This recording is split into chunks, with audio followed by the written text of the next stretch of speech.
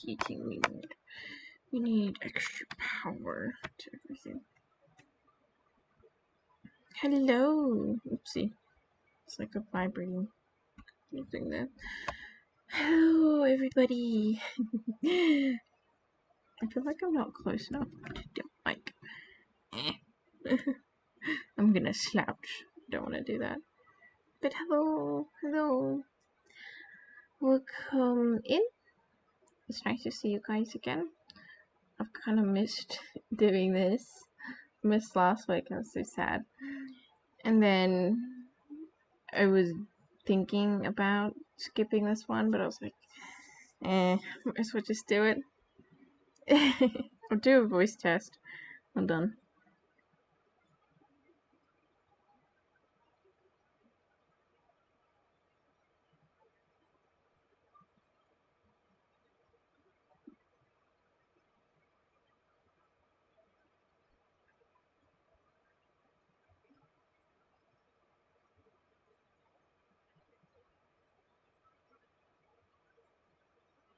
Okay. 1, 2, 3. You're like 30 seconds behind. That's fine. Oh no. 4, 5, 6. I hear music. 3.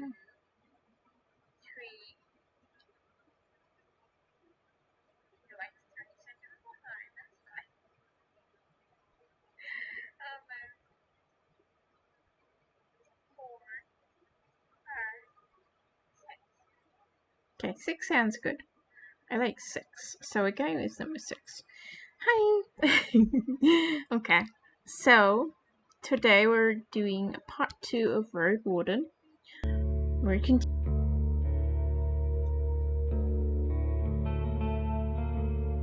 Okay, let me know if you can't hear me at any point, otherwise we're going to continue. The phase soul carrier describes any shell inhabited by a soul, including human spirits and the right themselves. I'm going to load. This was our demo. This was our demo one. This is the actual one. Okay, I'm gonna try to do voice acting. Fingers crossed. Fingers crossed. You've woken up by sunlight, well rested and ready. Without hustle, you gather your things. Only a couple of breaths, you notice a weird smell, like rotting, not burning. No, burning, rotting meat. Disgust crawls into your conscience. You exit the tent. Your horse looks around nervously. Your bags are where you left them. You see an open gate. This is telling me my magical stuff, where it's sitting at. I go and I see what's happening, because I can't do anything else. Both the soldiers are standing near a humble pyre. The man in the shirt looks at it at complacency. Talia is the first one to address you. Rin, she greets you with a nod. We use the horse manure for the flames, so don't worry about cleaning it up. You see a corpse amongst the flames. It's impossible to tell if it belongs to a male or female, but it was an adult. The burning process will be over in a couple more hours.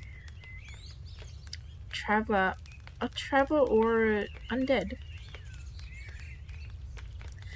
The latter, a young girl. She lacked the magicka to understand that she couldn't just get inside the camp without climbing. I stabbed her with a spear from a safe distance. She shifts her weight. One more fog and she'd be a real threat. Even now, it takes a couple of hits to knock her down. Sooner or later, every human shell wakes up, gains more strength. With each soul it devours, and each moment it spends in the fog. Burning the dead is not just a religious practice, it is necessary. Soldiers, priests, villagers, myers, even road wardens. Making a large pyre takes a lot of time, but it saves lives. Talia calls this undead a she, but most unites hesitate to do so. Time for me to leave. Running away from the rig, huh? I don't blame you. She walks with you for a few steps. Find us here if you need us, or if you learn what happened to Astron. There's enough ground here for you to rest. Travel safe. Those words make you stop. An old farewell, locked in a number of songs and tales, but yet you hear no scold in Talia's voice. You wonder how many acts of kindness like this one you're going to experience in the following days. And she returns to the pyre. I'm going to prepare myself for this journey. You somehow miss the fact that your mount is already saddled and warmed up. You double check the equipment, but you don't need to fix anything. The soldiers are diligent. Normally, preparing any palfrey for a long journey takes time. You put on your gabardine and make sure your axe is tightly attached to your belt, then get in the saddle. The palfrey nickers ready to leave. It is time for you to go to the crossroads, north from here. What is this? Use the travel button to see the map and move to the new area. Oh, okay, we got the map. We saw this before, so nighttime shelter, key map. Okay, there's a key map. Travel forward to continue your journey. Once you're done with the north, speak with Talia and return to Halvan. Yep, travel north because we can't do anything else. Even at a later hour, you wouldn't expect to meet any travelers in the valley. The warm summer breeze lures your mount forward, but the serene chirping of birds is quickly replaced by a distant screeching and gargling coming from further down the path. You soon find a pack of four-legged griffins. They are larger than foxes and merged with the features of birds and furred beasts. Each one is a different size, coat, and colours, and their temperaments are just as varied. Their fronts are covered with various vibrant feathers, while their rears are dark furred. Their wings are massive, making them impressive jumpers, but they are too heavy to fly. About 24 beasts are yelling, brawling, chasing each other, and blocking your path. Well, I'm not going to fight them. I don't feel like doing that.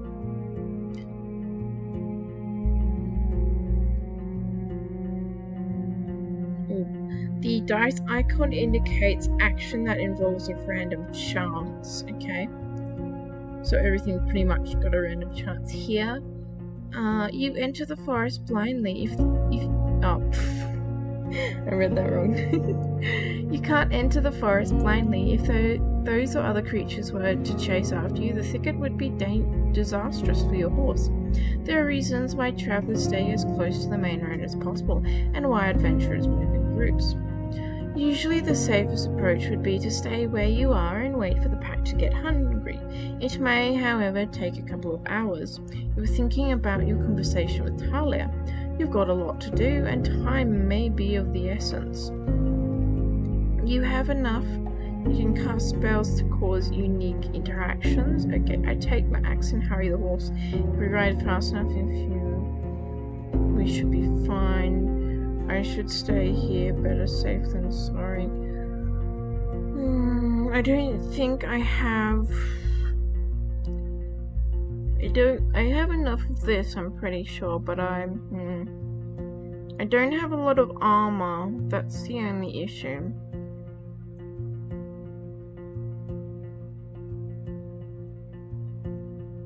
Yeah, and I'm definitely not there for a fight because I'm also hungry.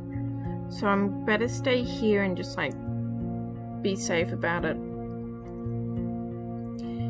You observe the griffins from a safe distance. You allow your horse to graze for a bit. Occasionally you see other small animals, but you spend your time undisturbed. After more than an hour of waiting, the two large beasts engage in what looks like a savage combat, but result in merely knocking one of them on its side. The defeated griffin stands up completely unharmed, peering its feathers bashfully, while the champion walks away proudly. followed by the other members of its pack. They disappear amongst the trees. Oh, hello, what's this? You can learn more about your abilities in the character sheet. What's that look like? Okay. Bryn the RoadWarden. After years of practice with an axe to help local villagers make the region safe for newcomer spells, you can spend healing ritual whenever you go to sleep. Okay.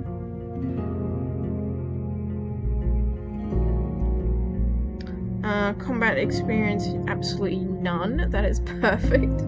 I love that. Spared animals, hardly any. Depends on your beliefs. Saving and spared animals makes you a weakling or soothes your soul. I rejected those. Okay, return. I'm ready to move forward.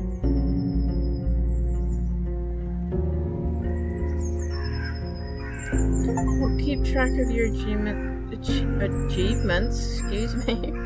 achievements as your journey unfolds. Okay, back to reading again. The road splits. According to what the soldiers have told you, you may find a safe inn by turning left. The forest to the right is lush and overgrown. Kids used to have the song, how did it go? The harshest path leads to the dragon's lair. Those who search for treasure, do you truly dare? Signpost in front of you doesn't make your situation much clearer. It was put by somebody who couldn't write. For the folk who can't read, covered in old red painted points east, blood there. As people say, danger can be found. There's not a soul to ask for guidance. Oh no. I need to check something, hold on.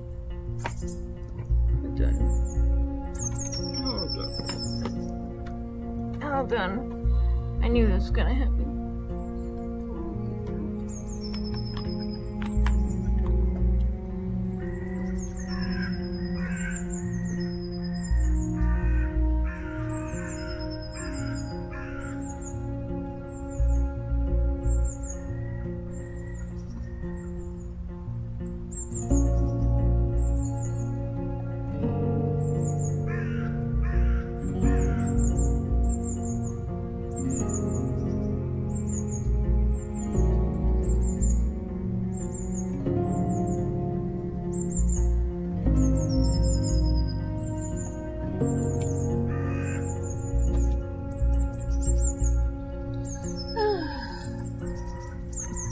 Absolutely amazing.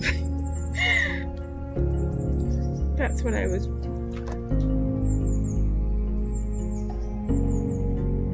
Oh my word. Well, that's not what I was waiting for. But I guess that would round out the night. Oh no. Oh my word. Why does this happen to me? I'm gonna have to move you guys again.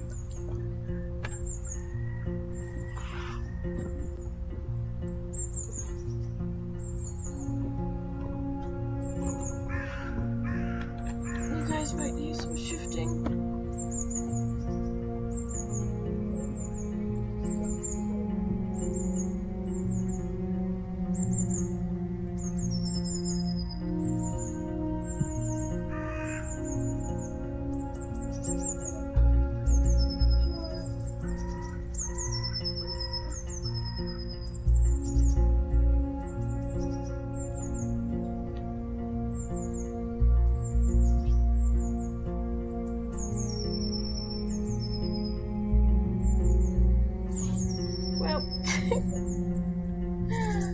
Oh my word. I'm so... I don't know what to say about that. There's so much happening right now. What the flip? There's so much happening. Dear, oh dear.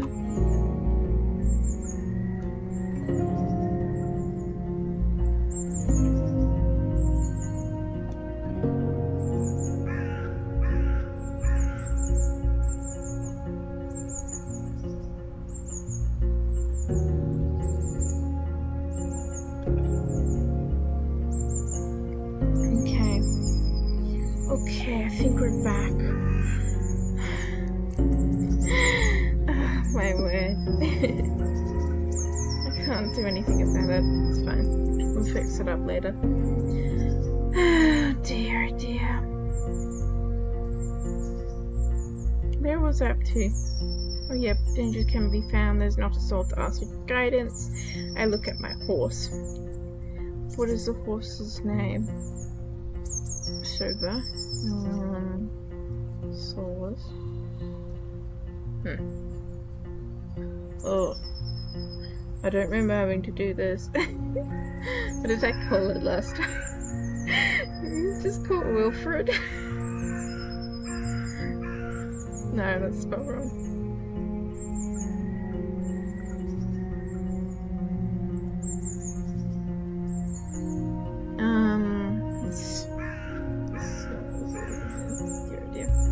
I'm so glad that wasn't hot.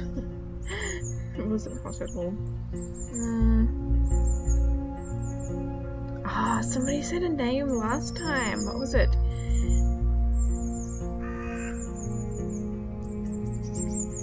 Reginald. I need to check if I'm spelling that correctly. Somebody's like Reginald last time. So I'm going to see. Is there like a counter for your name, Reginald? It's like, no. But I could call my horse Reginald, so in honor of Wade, we're calling my horse Reginald from last stream. I'm not sure if that's how you spelled it. That's what's coming up whenever I try and spell it. So, we've got Reginald and Rin. It's going to be perfect. Absolutely beautiful. And I'm back. So, Reginald and Rin, let's continue. Reginald is peaceful as you stroke his mane. Maybe it can't help you choose a path, but you spent many years together. Happy to go on, it takes a couple of steps forwards. You spot a few berry shrubs and wild cabbage. They look like they need at least 2 weeks to gain maturity.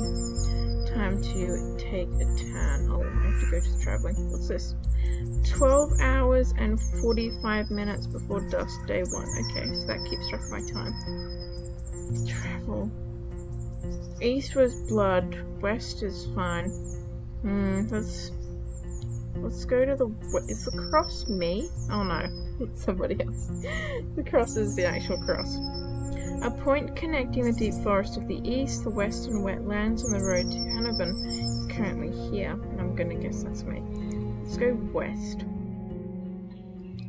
Reginald trots with ease, unbothered by the few branches covering the beaten road.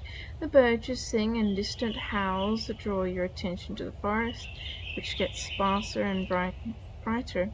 You spot a boar, a roe deer, and sartanans. What? Interesting. That is interesting. I like the animals in this world.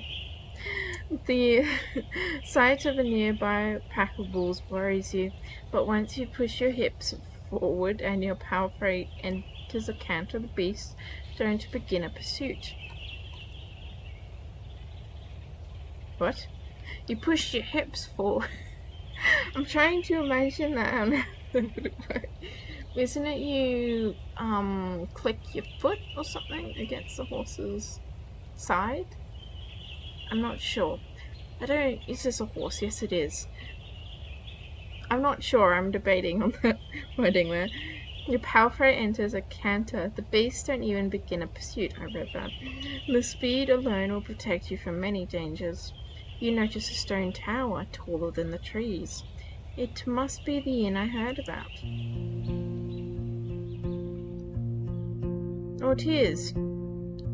The inn looks... Inns like this one fit in regions travelled by merchants, but you wouldn't expect the size of this place in a forgotten peninsula. The stone and lumber must have been transported from far away, and the workers, guarded by expensive mercenaries, surely lived for many seasons in the primitive hamlet, subsiding on salted supplies.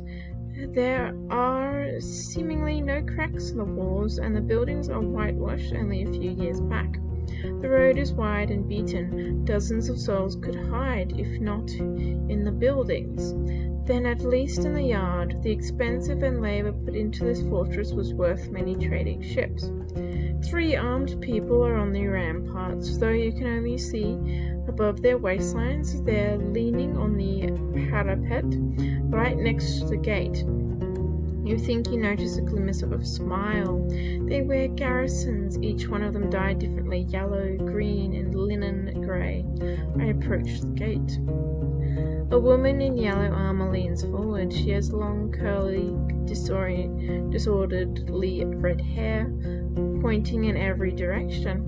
This combination of colors doesn't work at all. In the woods, one would have to shout to draw this much attention.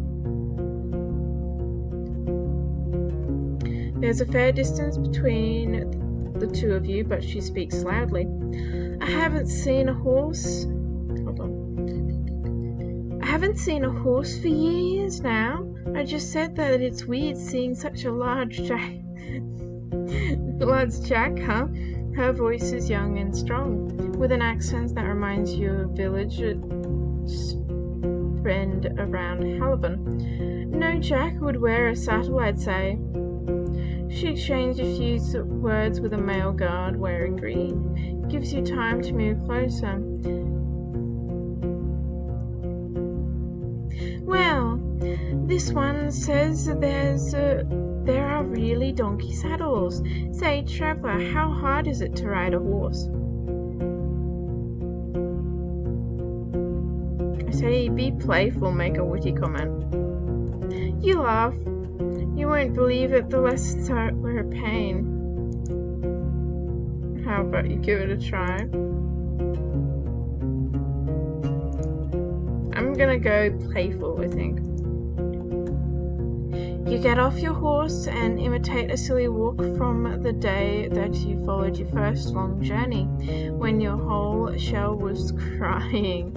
You illustrate the pain as you move your hand from your back to your hips and then thighs. In return, the guard tells you about the time when they had to carry their friend with bitten off legs for 3 days straight through the heart of the forest. Meanwhile, the other guard opens the gate.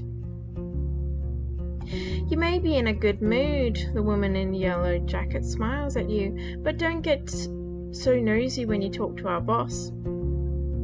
The man never smiles. He has the world's suffering sculpt on his face. She leads you under the roof which your palfrey can rest, tethered with a cord to a wooden post, near some old hay. Once you're ready, go inside, speak with our boss. Maybe you're hungry? ? The other guards take care of various chores. They peek at your mount every now and then as they split firewood, cleaning their clothes and weeding the garden patches, and moving chairs. 2 of them are making a rope. You head towards the inn, hearing the piercing screams of a boar from the other side of the yard. I open the door. New shelter unlocked so I can sleep in this place. The locked windows make the air stuffy, and the weak fire in the stove hardly lights up the hall. A muscular man is sweeping the floor near the stairs, but after he glances at you, he leans the broom against the wall and heads behind the counter. What's this say? If you're in the morning, you can spend the entire day on resting. Oh my word, no thank you. You're lucky to show up. His voice, deep and soft, with a city-like accent. He observes you with keen attention, yet avoids your eyes. I've a keen of decent ale, wormwood, bog myra, Jupiter berry, cat's foot. He fills the mug carefully and puts it on the counter. It's going to spoil soon. Today, maybe. We don't drink here before the before the even. I hate to see good stuff going to waste. His skin is dark, almost purple, rare even amongst the southern tribes. His hair is naturally bluish. His clothes are quite fancy for manual labor. The elegant tunic wouldn't stand out in the city square. I stand at the counter. The plaques let out a creak after every step you make, so you slowly slow down a bit. You could swear the innkeeper made little to no noise. Here you go. He pushed forwards the mug, but just so you know, my Pelt of the North doesn't belong to Halavan. You can sleep on the floor if you wish so, but if you want a bed or a meal, you'll have to pay. We have some leftovers from dinners, but I need to check. Do I have money? Because I am hungry, so I would like some food. But do I have money? Let me go check. I have like 10 coins.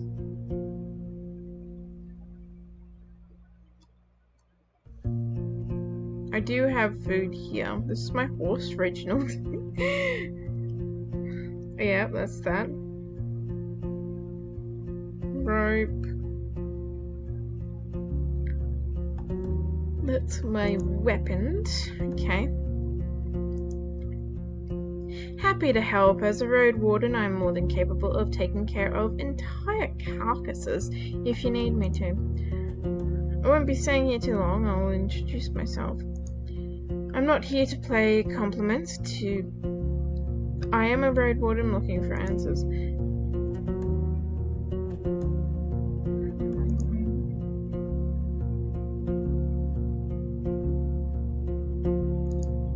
Let's go playful again. I like being the casual playful attitude. This one's kind of nice, and it's refreshing as well, because I'm usually... Wait. I'll be careful with that answer. I'm nice, but also sarcastic and sassy, so it's nice to just be playful, honestly. Full on good and not chaotic lawful, which is usually what I do in these sorts of places. Happy to help. As a road warden, I am more than capable of taking care of the entire carcass if you need me to. He sighs and grabs a wet cloth and starts to wipe down the shelf. From time to time, your conversation is interrupted by the splashing of dirty water in a wooden bucket. You're already making me regret this. He speaks slowly, yet audibly. What do you want? I drink the ale. I ignore the ale. I drink the ale. The dark, because I haven't had food or water. Because I ignored the last bit of ale. So I'm like hungry. I don't know. We'll see how expensive the food is here. Hello. I see somebody. Hi Wade, welcome in. Sassy snap. Oh yes, you've come in hearing that bit. Welcome in. How are you going? How's your day looking out? Like it's gonna be. I'll read the next bit. Oh, by the way, the horse is called Reginald. So that name you suggested in the first stream, I called the horse after it, so now the horse is called Reginald.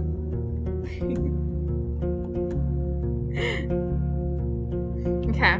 The dark room and wooden walls of the mug makes the liquid look as dark as brown as a chestnut.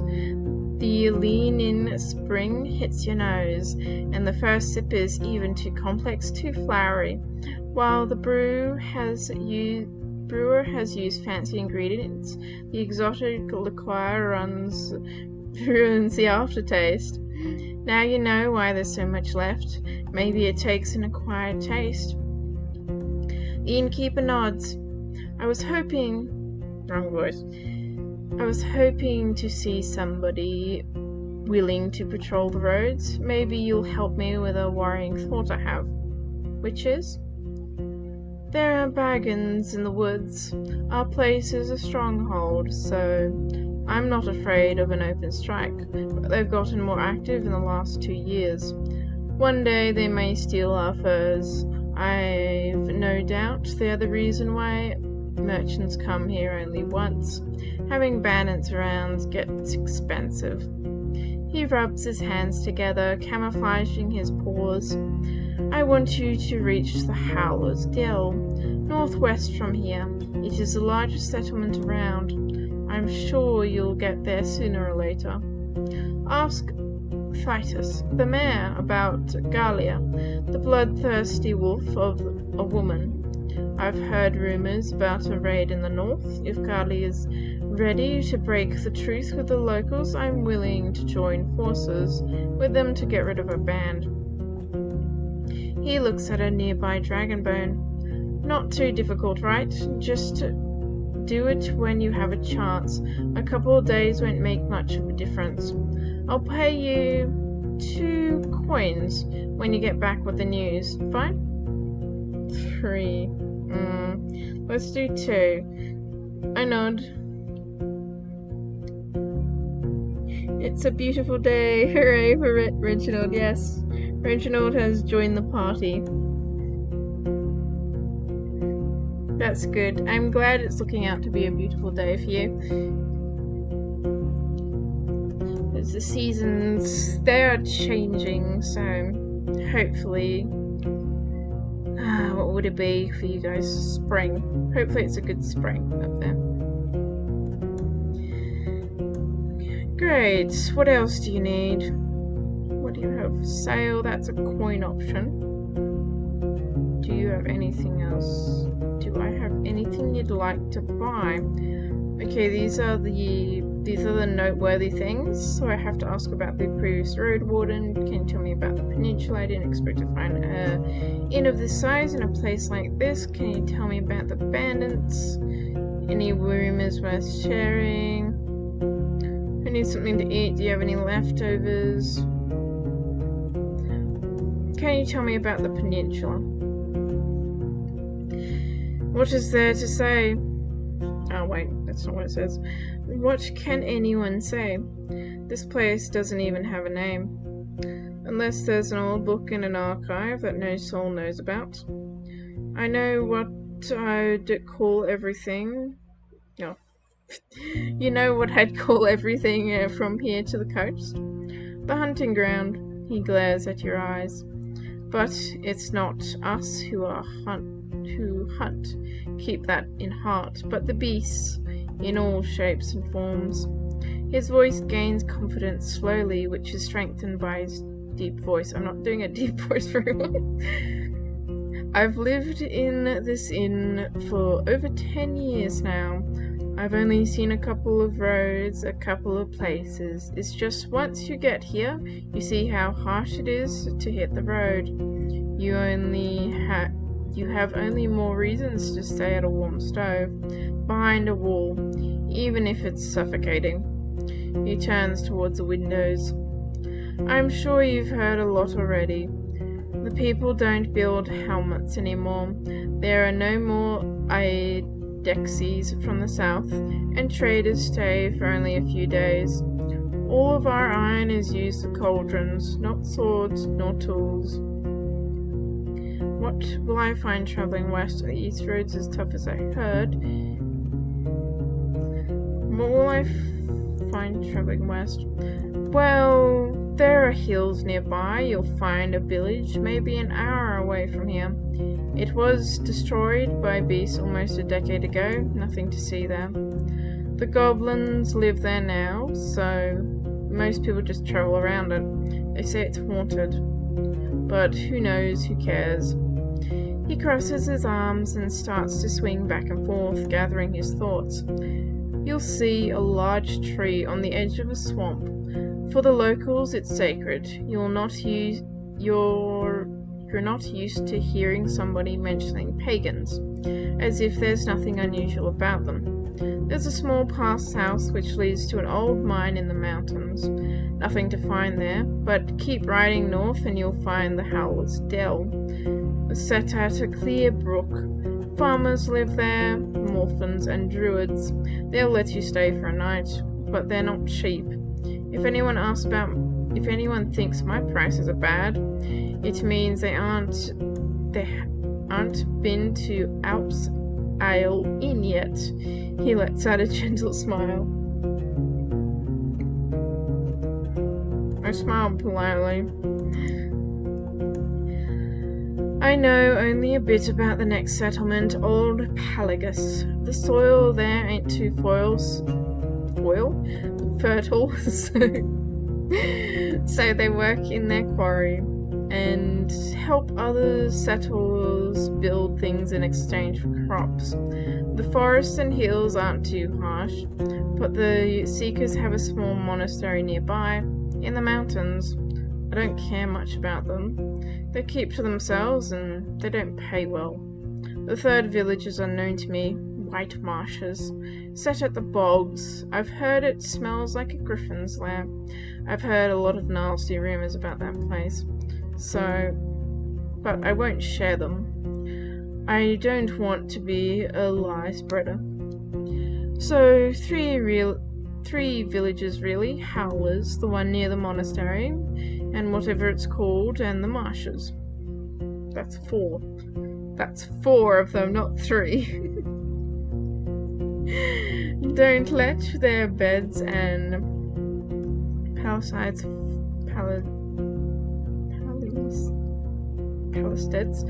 fool you though. Weird people live there. Don't tell them more than you need to. If you wonder if there's something... Oh, wait, there's my... Oh my word. You wonder if there's something he would tell other... If it's something he would tell other travelers as well. Because he might just be telling me this because I'm a RoadWarden. So... maybe they have something against RoadWardens. I don't know, maybe there's a mystery here we can solve.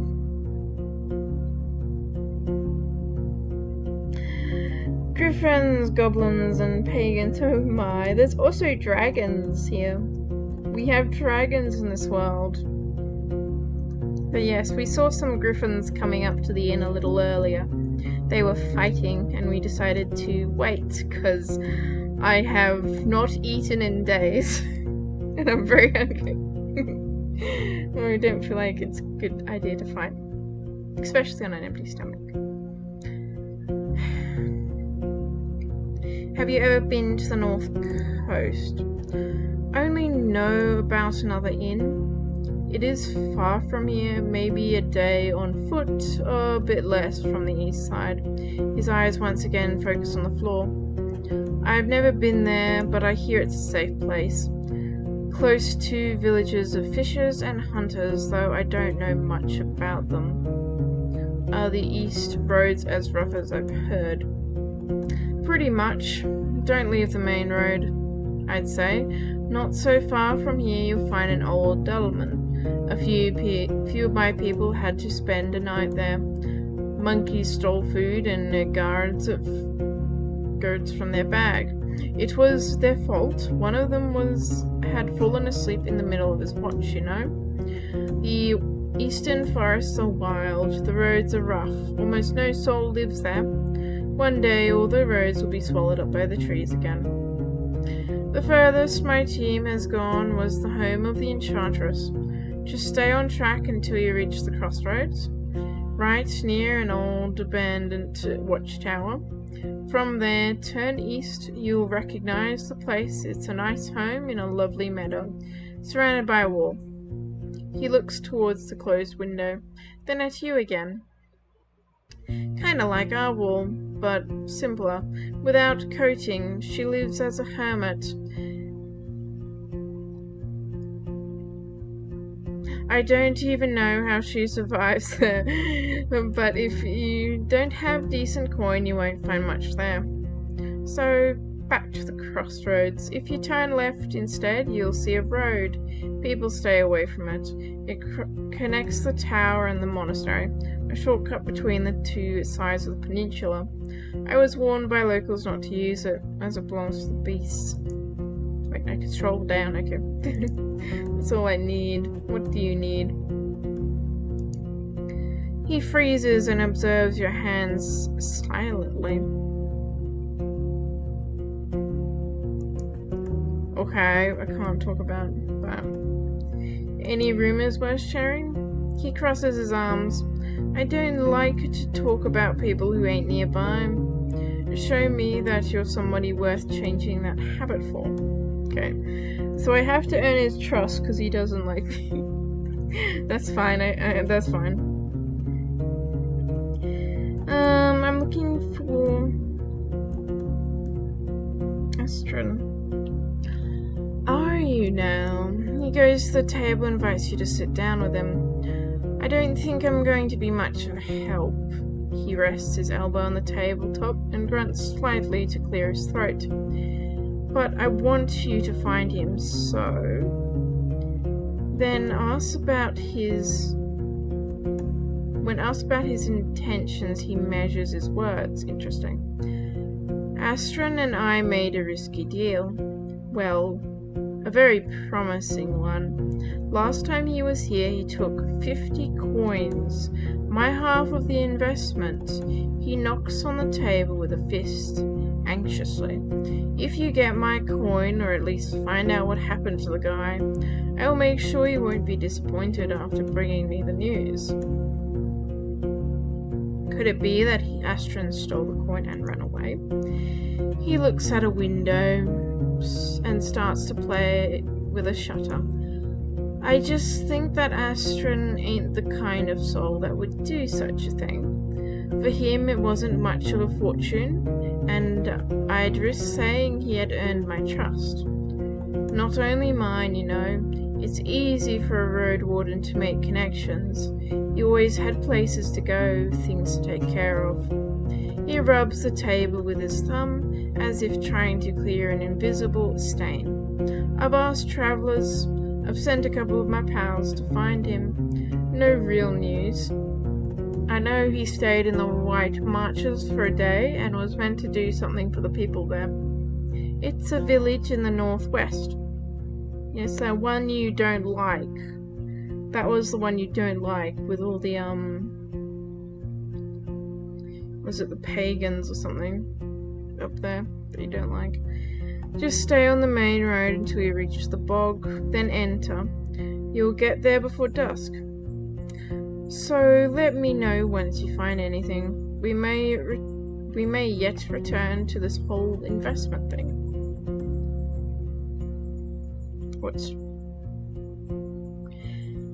I'll think about it. He nods. What else do you need? Let's ask about the leftovers.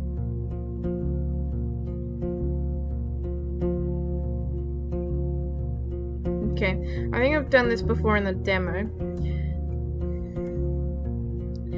Yeah, I fed them to the boar. I won't give them away for nothing. He tells you to wait, then leaves the building for a few minutes and returns with a wooden bucket and a stick with a hook on the end. Go through the gate and turn left. You'll see a bunch of bushes. We need some berries. Give me a bucket full. You'll be done in half an hour or so. Your horse can use the nap anyway, and I'll prepare something to fill you. ゚Q is not made of metal or wood. It is a long, curved claw, almost black. It's like a dragon claw. That's pretty cool. I reach for the tools. Half an hour. That's quite a lot of berries to pick. I won't do that. Let's still be playful. The tools are cold and not too heavy. You notice a pair of thick gloves at the bottom of the bucket. Ah, the berries are no problem, the innkeeper smirks. Unlike the snakes, better scare them away with a stick or move them with a hook and protect your hands. The little ones won't eat you, but don't get bitten. I'm sure you know how to be patient. I have other questions. Fine, I'll go right away. I don't think I had any other questions. I think I'm good. You step outside. Reginald is fighting off flies with its tail. You hear the crackling of tools coming from the armourer's workshop. I go outside and forage the berries. The innkeeper knew what he was talking about. You put on the gloves and look through the bushes from a safe distance. It doesn't take long before you notice the first serpent lying on a rock somewhere in the thicket.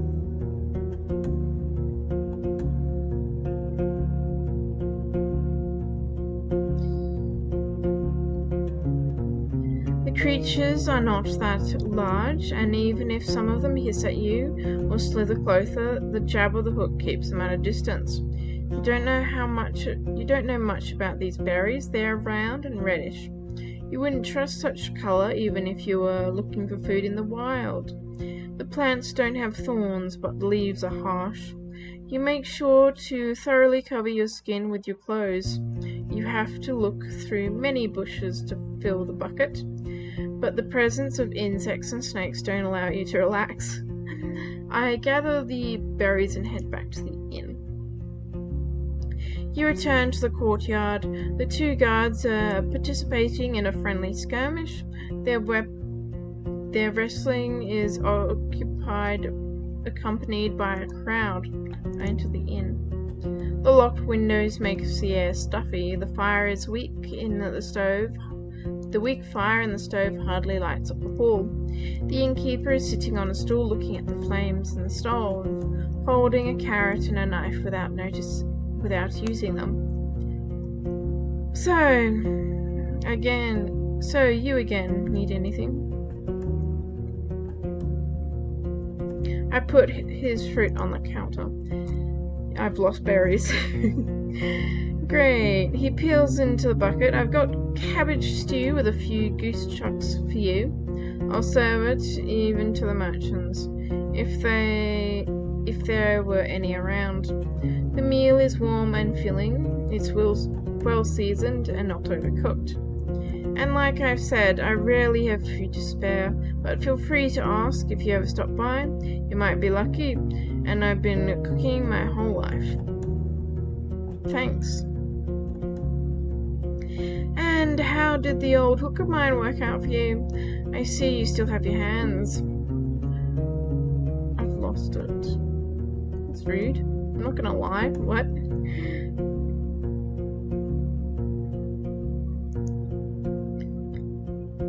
He takes a tool from you and nods. Anything else? So you know a thing or two after all. His mocking tone is soon replaced by a gentle smile. It was built a long time before we arrived. It didn't work out well for the previous owners. Once the war ended, they left. Not enough travellers, bad trade, the villagers stick to themselves. We, however, came prepared, and now we're prospering. When you ask him about how they can afford all the supplies, he runs his finger through his dark hair. I'm not against running an inn, but we rarely rely on guests. We're the ones doing all the trading. My hunters are a clever bunch and stay in the forest. In exchange for furs, claws, bones, we get what we need. And more, both from the south and the north. He moves to the window and peeks outside. We have a good life here. We've spent a lot on armor, crossbows, lumber, spears, but in other 10, maybe 20 years we'll have enough savings to move to Hallavan and not work for another day of our lives. We take risks, but smartly. The team is stronger than ever, and I have big plans for us.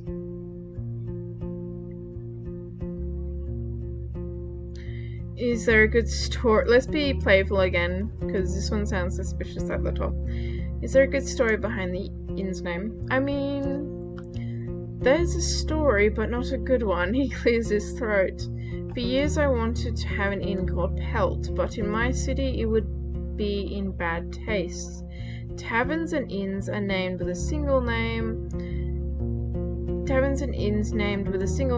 were cheap and had nasty reputations. There was the Claw, the Mugger, the Bastion, the Blissful. I think the good places used at least 2 names: Empty Barrel, a Rose, and a Helmet.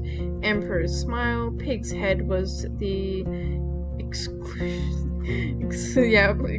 from that list. It was a real dive, he chuckles. In my soul, it was just a pelt. Pelts are what we came here for, and what will make us reach our goals. It's surprising to find a purple-skinned bandit here so far north.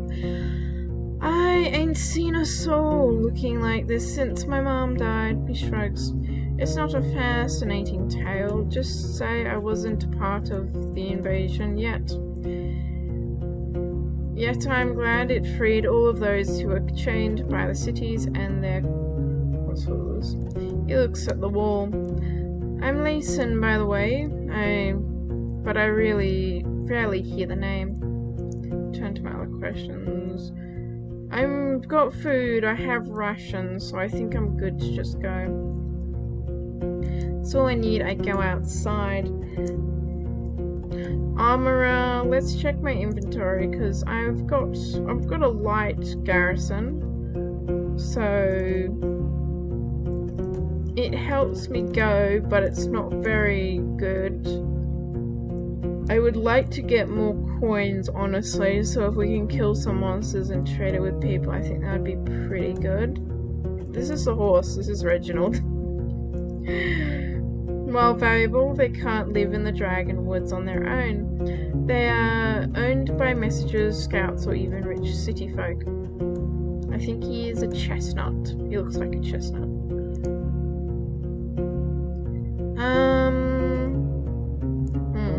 I guess I go to the well. The recently renovated wooden roof covers the well from the rain and birds. One of the guards is enjoying the cold drink he drew from the bucket and tells you to only use as much water as is necessary. You need at least one piece of bath equipment to get out of this place. I don't get any, I step away. Okay. I have been rejected by the well, it's fine. I think I'm clean enough. My face is dirty, but I'm very healthy. Head to the armorer. You walk past the well and find a small open shed, not unlike the stable, but with a humble set of tables, crafting tools, hammers, sharpening stones, pieces, knives, and other tools, as long as something can be solved by brute force. This place will find a way to do so. There we go, I was waiting for that next bit and I hadn't read it yet, so the sentence did not make sense.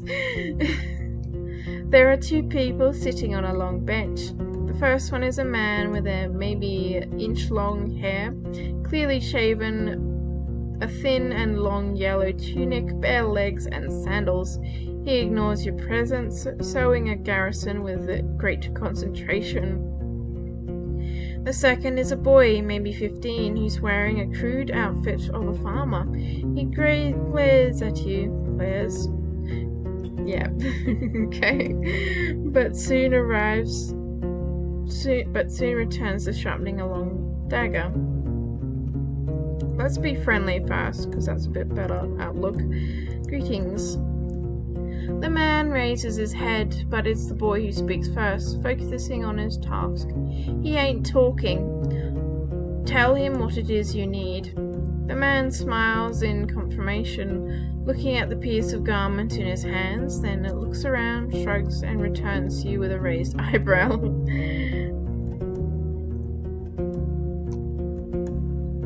I look at the youngster, learning the trade, I see.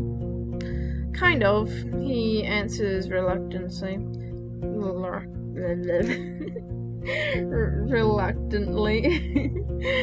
But his teacher pats his name, giving him a harsh look. The kid clears his throat. Yes, but we both ain't masters, you see. There's not a soul to teach us, so once I'm ready, I'll try hunting instead. Fixing things for others is boring. The man grunts a sound, though you don't understand it. Seeing your face, the boy chuckles. He says, safe. Let's meet in the middle, boring but safe. The man nods. Okay, so the man he's mute, so I don't think he can speak, which is very interesting. Also, hello and welcome. I see there's another soul here. Also, thank you for the like, Wade. I'm gonna guess that was you, and also the third soul that has now joined us. Thank you both.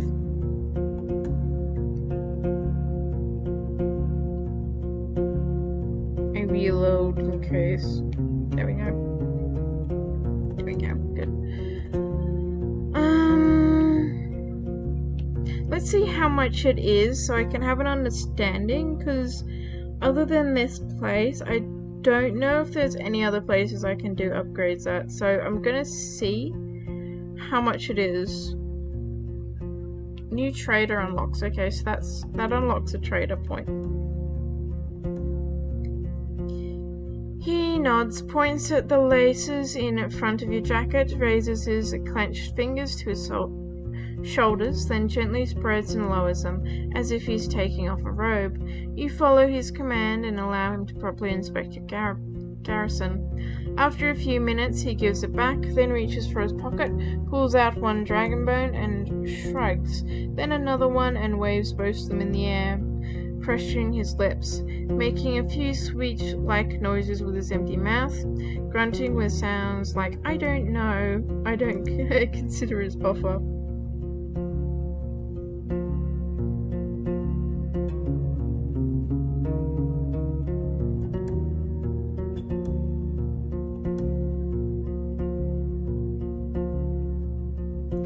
It's pay 1 of my 10. I don't know if my thing is broken. I don't know if it is broken. In 1 hour, your jacket will be patched up carefully. It says I can pay, so I don't know if this adds another little bit to it. It's got a plus sign here. I don't know. I don't think I did this last time. I guess I can try it. It's like 1 coin, so it's not actually that bad. Okay, so it does give me another little piece. That's fine. I can have that. Your jacket is as good as this armor can make it. Okay, so I have to go to somebody better. I feel like you guys didn't do a good enough job. You guys did fine. 10 hours before dusk. It won't stop even a life-threatening strike. With your current garrison, it is the best protection you can get. Okay. I leave the shed. What else am I doing here? I guess approaching the guards. Oh no. What is this? Okay.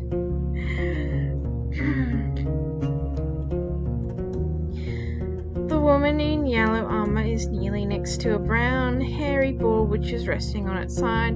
The beast is not as large as the dark ones from the forest. It responds to the touch of a human's hand and brushes with grateful grunting and repetitive twitching of the hind hoof.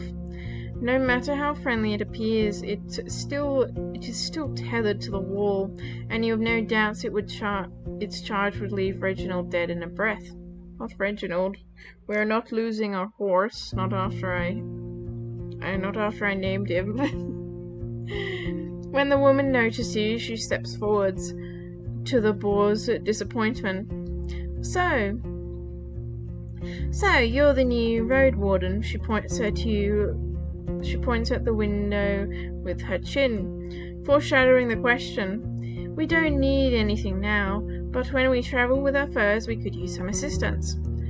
She might be around 30, but her warm voice and bright smile are camouflaging the touch of time on her unpowdered face.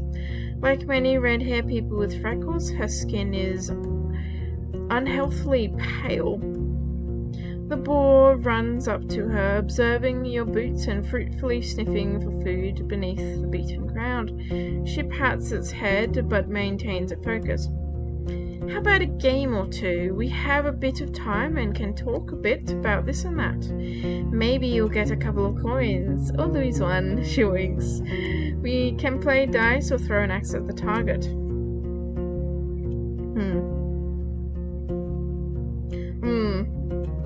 I don't gamble. Yeah, I don't gamble. Maybe I should gamble. I don't know. I think I did axe throwing before, and I failed. there was something that I could have used to help it do better, and I decided, you know what, I'm not gonna use it, and I failed. So what is going on? This game, yes. Let's do some dice. Your arrival, and especially dragon bone you pull out. Is all my coins dragon bones? Is that the currency here? They're like little spine discs from the dragons. I don't know. Your arrival, and especially the dragon bone you pull out, are cheerfully welcomed. 2 of the guards bring a table from the inn. Okay, I hope the innkeeper doesn't mind. Another one prepares a couple of stools and chairs. There are also spectators. You were told that other hunters are either sleeping or off duty on tower. Remember, no magic, says one of the players. His face is deadly serious. This game is new to you, and in no way baffling. 4 people can play at once. The wooden dice are long, with only 4 dotted faces. Each time someone wins a round, they get a point, and the person with the most points at the end of the game wins all the coins. I'm scared. As you play, you don't feel like you have much control over the results. I blend in with the group. I need something.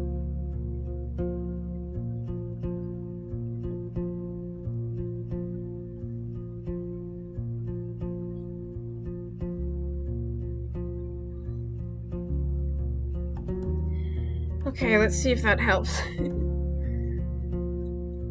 You share casual jokes, memories, and the view on luck and optimal strategies. Reginald and Talia's camp are also brought up, but when you ask about the roads or the locals, their stories are vague. They don't trust me. The drinks are here. It's a poor beer made from the leftovers after the regular brewing. It's cold and sweet and doesn't reach your head, but you try to avoid the smell. Just don't spill anything, the ball may get sick. Your opponent, says your bold opponent. Like, actually bold, or has a bold personality. In just a few minutes you get 2 points, which are now represented by smooth pebbles. You don't know how you got them. I don't know either. Either you don't get the strategy or it's just pure luck. Let's see how lucky I am, and this is a dice roll. +3. Ooh, okay. During the final round, you get ahead of everybody, and the spectators playfully comment on your moves. The winner takes all 3 dragons are placed on the table, and you put them in your pouch quickly. Oh, I won. Okay. That's better. I don't know, I might just gamble. Don't tell anybody else. It'll be fine. The tables and chairs are moved back into the building, and the guard in yellow armor thanks you for playing. Is there anything else you need? Have you been at the Hotter Forest? Tell me about yourself. I was... Yes, let's be playful and talk about the berries. She chuckles. So I've heard. Don't worry about it. Usually we forage them ourselves, but he wouldn't ask you for a dragon for a meal. He gives small jobs to people all the time, just to see who agrees to them. Wants to judge who's of use and who's too proud for their own good. Have you ever been to the Heart of the Woods? Sometimes we hunt south from here. There are good hunting grounds in the western half. Okay, western half is good hunting grounds. The second one is too overgrown. Maybe the soil is different? She shrugs, then moves the hair away from her forehead. But it's a risky spot. There are terrants there, wolves, even the furless ones. And if you have to go through the tall grasses, watch out for what's on the ground. Oh my word, there's a bug over here. Oh my word, he's gone. Okay. Never mind. He's fine. That scared me a little bit. It's fine, it's all good. We were talking about stuff on the ground and I looked at them and it's just like, okay, it's all good. There aren't many arches in the trees. She smiles as if it's a joke. Are there monkeys in the trees? But there are all too many worms, even larger than a water leech. There are worms here, very giant ones in the water. Did I misspell that? No, I had not. Tell me about yourself. Oh, what was that? A brief giggle, her voice gets cold and serious. Now, RoadWarden, we use names and stories amongst friends, and you ain't one. Don't make me temple curses. Okay. I walk away. You return to the courtyard. You hear the cracking of tools coming from the... So how do I leave? Do I have to travel? Okay, so I can travel. That's how I leave. So, daytime rest, nighttime shelter, meals or supplies, tailor, safe water sources.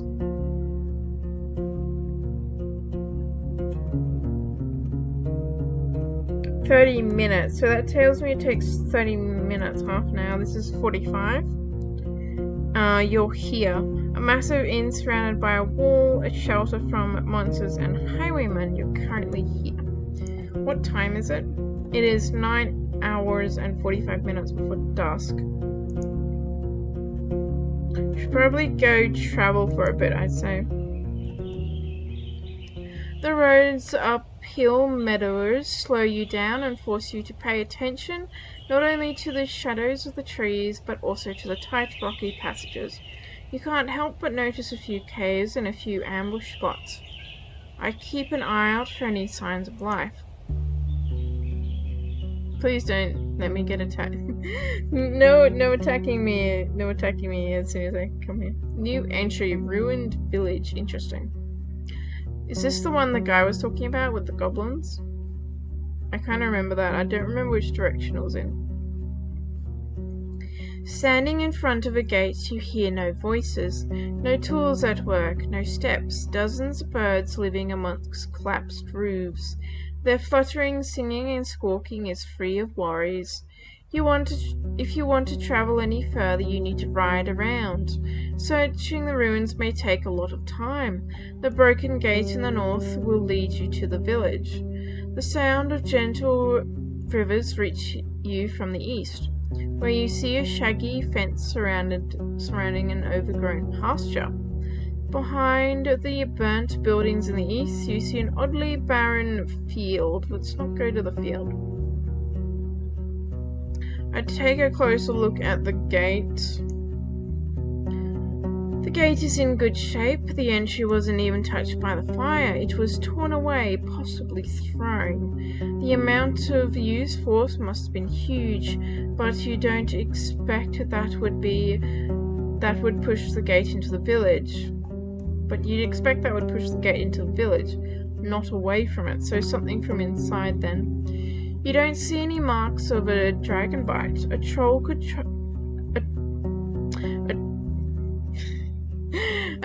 could toss such planks, but after so many years you see no paw prints. A mage? You can't really tell.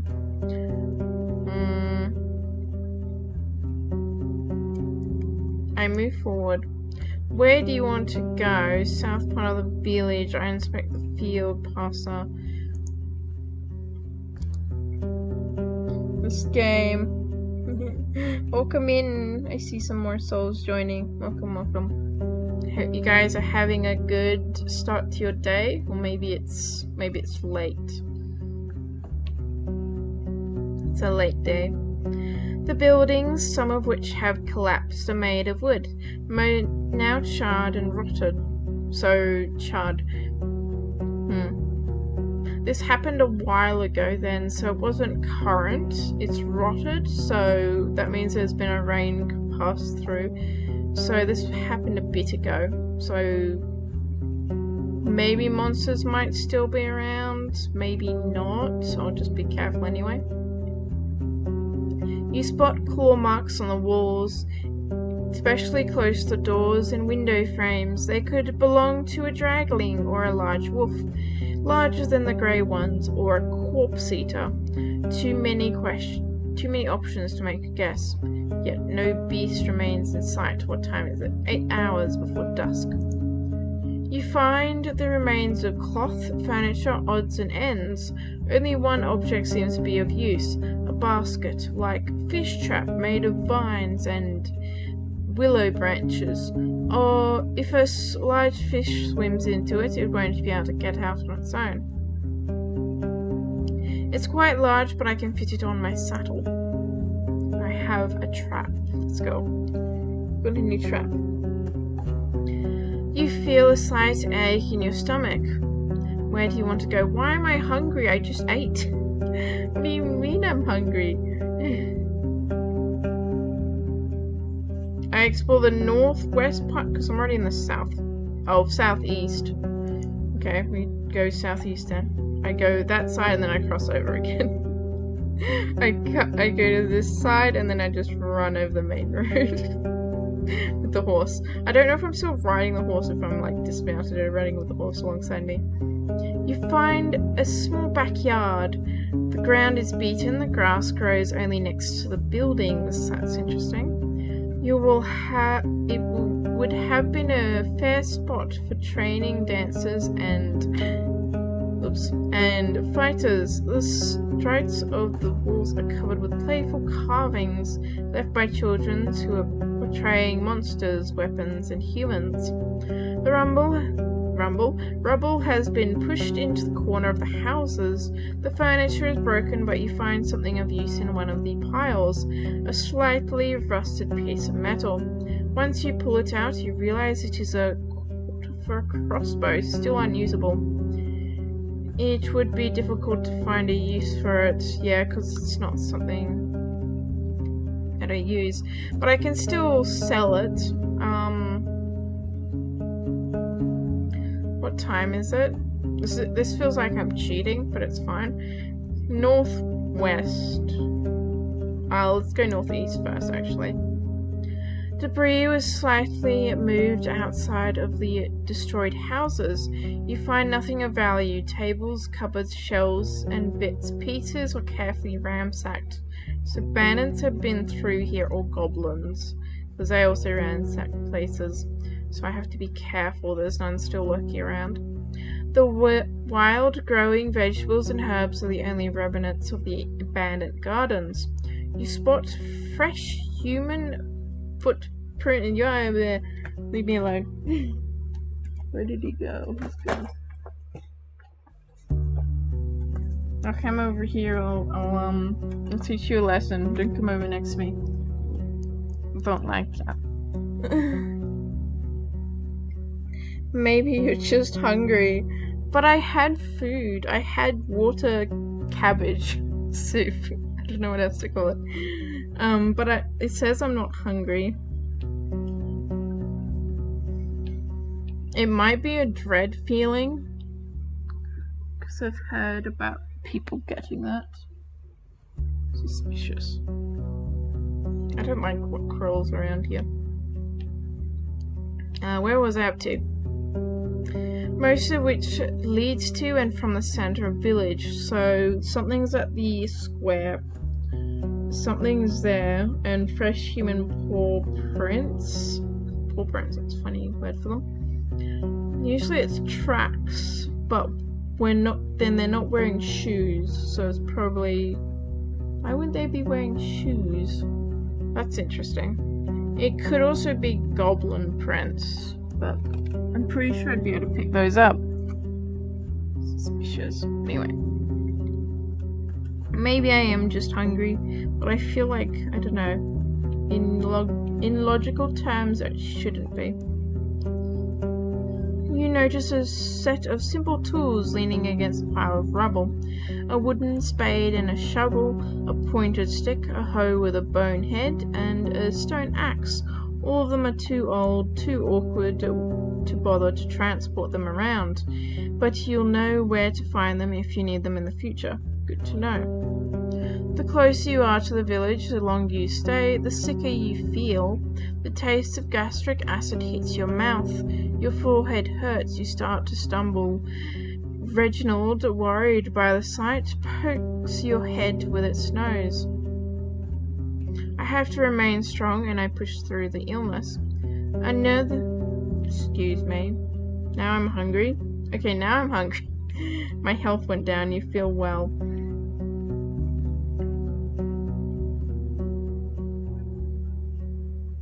Another few steps, you return whatever was left in your stomach. Going through a lot of pain, you spend a minute or so leaning forwards, gathering your breath, then wiping your mouth. You feel better. I stand up. Where do you want to go? Let's not go fight. I'll explore the rest of the village and then I'll get out. Northwest of the village. Okay. The colourful grass covers the entire fenced pasture. The large stones placed in the middle suggest it could be a playground, or maybe it's just an old garden. You see a couple of sheds and a single building in the south completely burnt down. All the places were cleaned out by scavengers. Reginald doesn't want to approach the large ruin in the north. The terrible stench of feces and rotting food scares you off as well. Paths are covered with goblin footprints. See, that's what I was worried about before. It's daytime, so the pack should be asleep. If the beasts were active, they would try to scare you off, or hunt down your mount. If this is their territory, once they wake up, you'll face a fierce enemy. I go somewhere else quietly. You feel a slight ache in your stomach, so I feel like throwing up again. Where do you want to go? I return to the gate.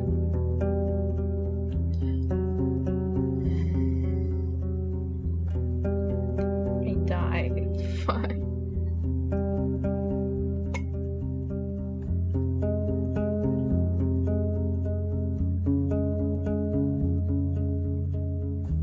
Okay. Not much has changed at the broken gate. The sound of the gentle river reaches you from the east, where you see a saggy fence. I've read this before. How do I get around here?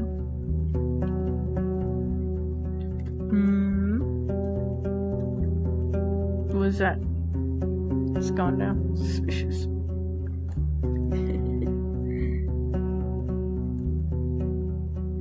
Yeah, it's the watered down boiled cabbage. Approach the building near the field. The broken planks and logs are charred while the wooden walls are rotted and covered in moss. You see no ashes or dust, proving the fire happened long ago. The smell is awful. There's no reason to stay longer. You see no furniture, just broken shelves. It's just a storage room. The valuables and odds and ends were already taken. Can I leave this place? Can I, like, travel elsewhere?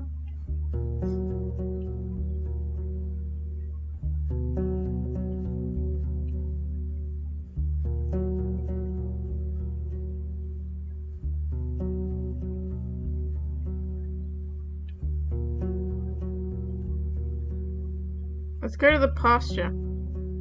See if there's a way around it.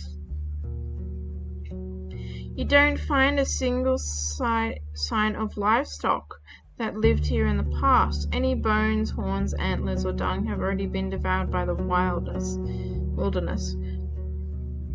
The pasture ends at the river. On the opposite bank, the meadow turns into a thick forest, impenetrable for a rider. What are the chances that a herd of defenseless animals could get there and survive? The breach in the southern fence wasn't made by some brute force. You found an axe cut in the spot where it was ultimately broken down. After all these years, there are no traces you could follow. It's midday.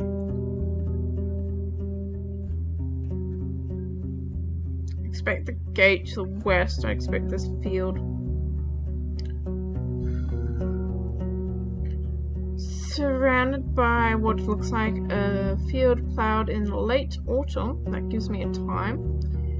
So it's autumn to, I don't know what calendar thing follows.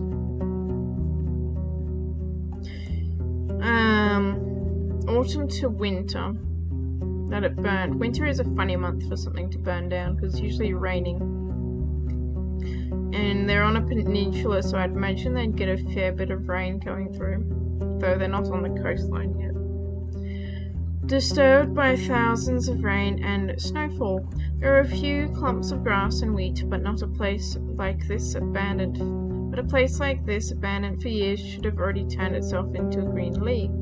A barren field, maybe it was overused, but you would still expect the wheat to sprout. Would you still expect the wheat to sprout? Curse. Path leads west from here and ends at the edge of the field, shifting into a meadow, then a forest. In the north, you see a path leading around. I don't have a way to investigate. What? So it wants me to go right through it.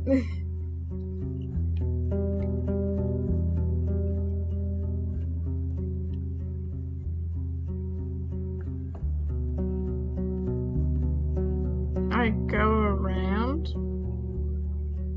The path has almost been reclaimed by grasses. To your east and west you see shadowy alleys behind damaged buildings, while the path south leads to the main square.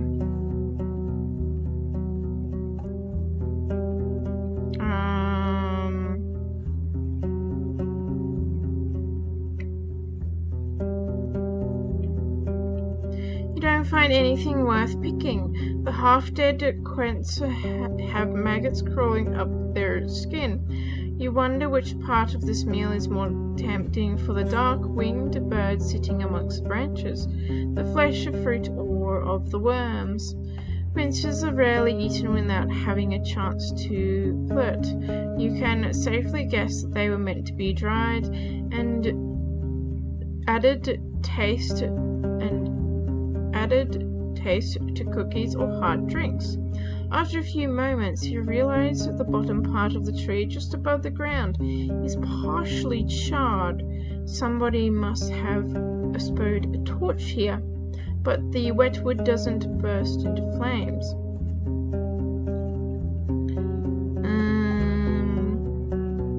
I want to open that gate because I want to get out of here. You should take a look at the other side to be sure it's even possible, especially since it may take a couple of hours without proper tools. I look into the well. It's filled with soil. You find nothing of interest around it. I go somewhere else.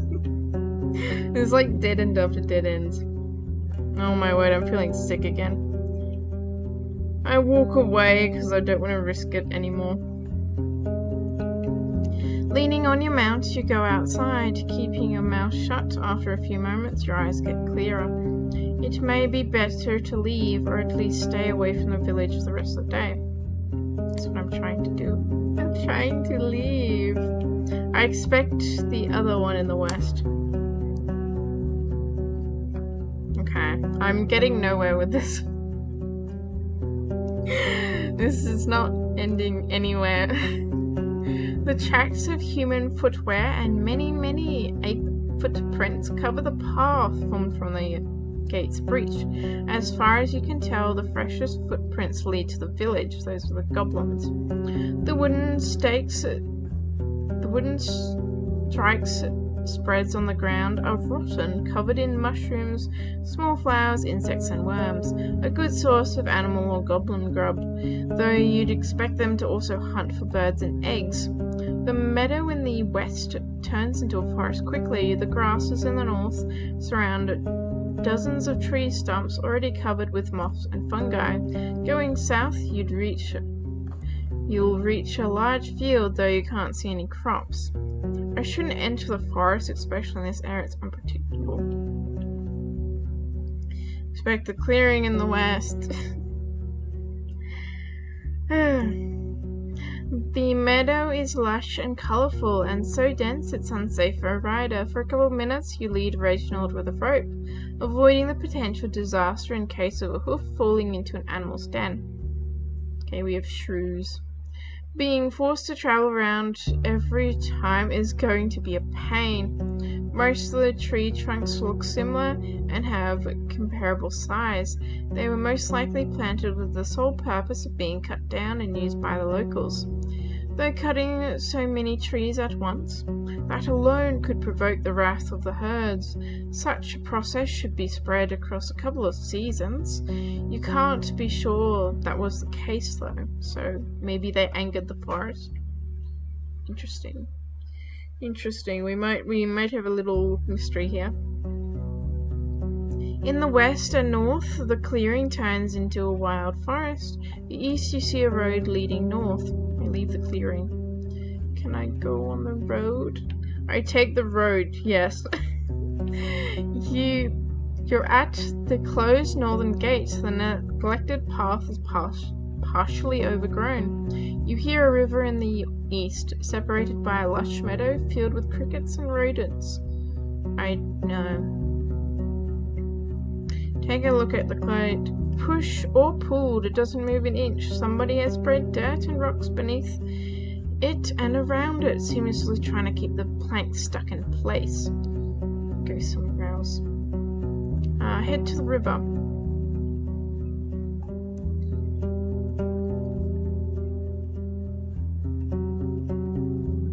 Why can't I go down the road? You see a family of boars, some of them brown, some black. You consider turning back, but they pay you little attention. After a couple of grunts, they run north. The river is not too wide, yet unsuitably deep, with banks altered by the locals for decades, if not centuries. The water is cold and clean, yet filled with large plants growing from the bottom. You would rather avoid jumping inside or drinking from it, but you've tempted to at least wash your face, neck and hands.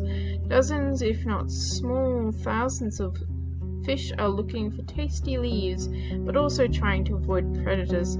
A dance of life, completely unaware of your presence. You suddenly realize there's something buried amongst the kelp.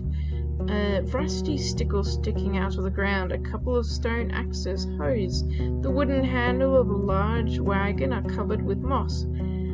But you recognize their shape. Why would somebody drop them here? On the opposite bank, the meadow turns into a thick forest, impenetrable for a rider. I turn back.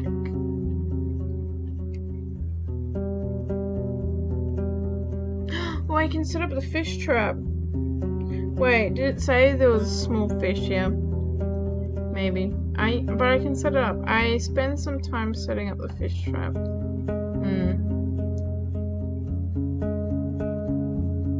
You place the basket on the ground, then grab a bowl and start digging. Looking for a few large worms, you bait the stick and push it inside the basket, locking it between the sides, then covering the entry with the lid. Trying it together takes you a few good moments, but it will be easier later on. You attach the entire trap to a bush and push it into the stream, far enough that it sinks entirely. Who knows how long it will take, but something large enough swims inside. How long it will take before something large enough swims inside. Still, it would be better to not wait for too long, otherwise the prey may die of hunger, so don't wait for too long. I step back. Let's wash, and then we'll go find somewhere to sleep. The living stream filled with plants and fish won't help you much. Wash my face and neck. The kelp forest reaches to the water surface, surrounded by little creatures and the smell of river plants. You crouch by the banks and draw handfuls of water. I put on my clothes. You stop and touch your aching stomach. Where do you want to go?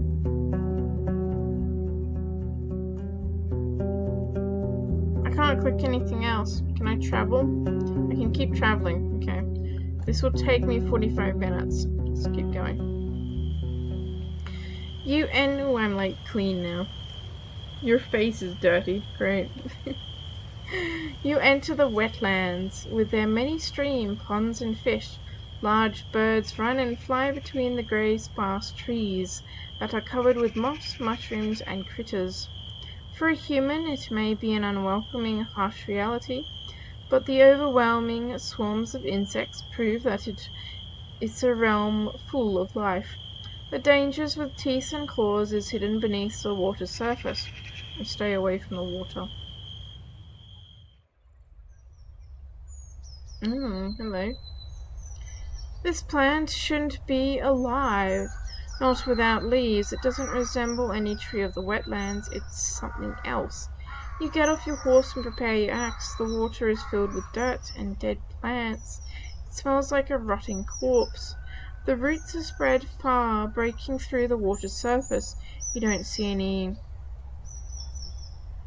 creatures in the grass or on the shore. You approach the table-like altar made of 3 limestone slabs. Where these rocks originally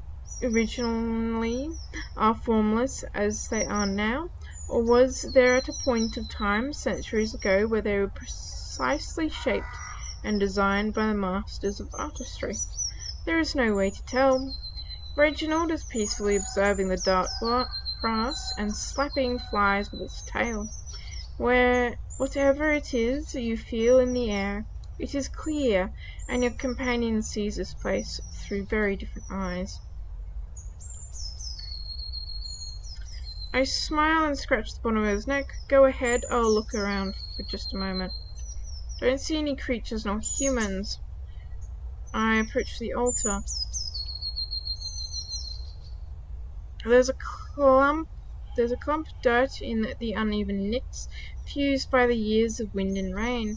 The bottom surface of the table is dusty, but you don't find any spiderwebs or mold, even though it's a perfect spot for them.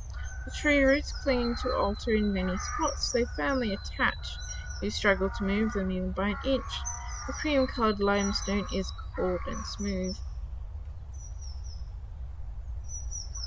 It's telling me I can use my magic on this place. That's very interesting.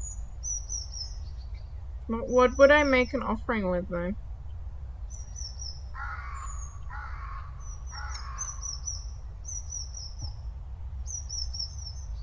And you give nothing. I walk away. I look into the water. You step cautiously without knowing how deep it gets. You have considered could be camouflaged in the mud, waiting for victims to get near. Since you don't plan to kneel down and drink, you're hoping to dodge a potential strike. Once you get closer, you start breathing again. While the water is dirty, it is also shallow. You see the vegetation, swimming insects, and even small fish, all of them staying far away from the tree roots, which look like a spiderweb covering the bottom of the pond. Aside from that, you don't see anything else that catches your attention. Take a closer look at the roots. You kneel in front of one of them lying on the shore. It's brown, covered with hairs that resemble hairs on your arm. When you touch it, it's moist, soft, and warm. Warmer than you expected. I'd do something with it. What would I do with it?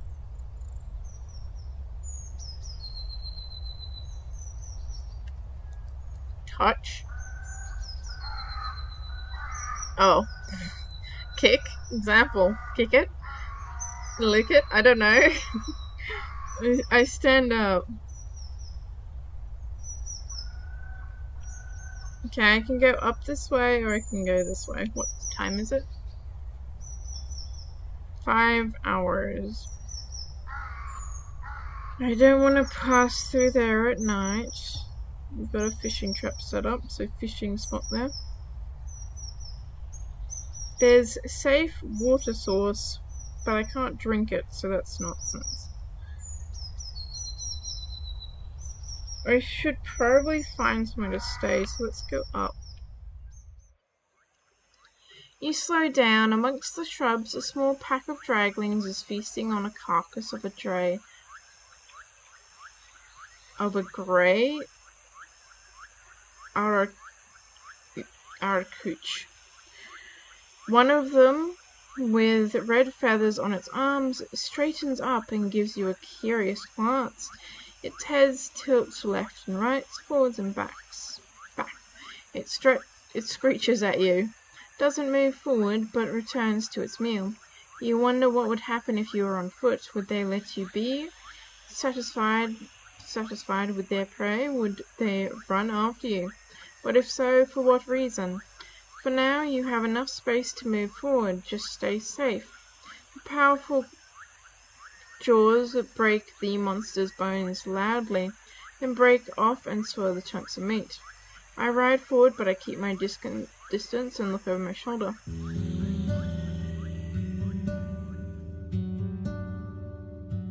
The beaten road serves your palfrey well. The forest to your left becomes sparse, brighter, and there are dozens of humans made paths amongst the fruit-bearing trees. On your right, there's a large pasture with at least a dozen massive malfrins.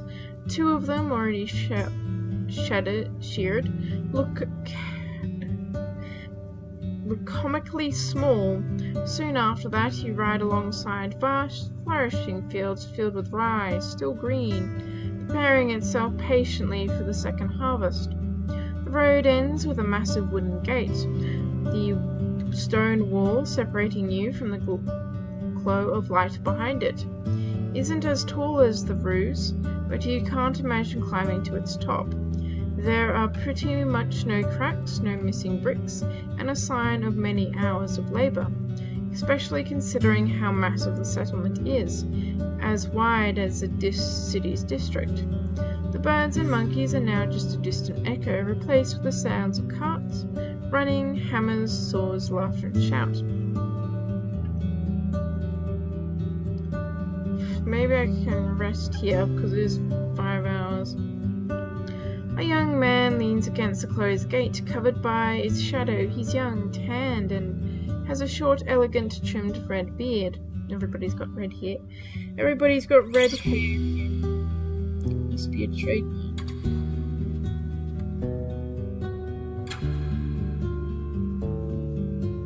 A little bit longer. Beneath the green gamison, he is wearing an expensive tunic decorated with colourful trims. From his arm hangs a steel helmet, though the metal is so thin that it's mostly made of wool and leather. He moves into the light and takes on the position of a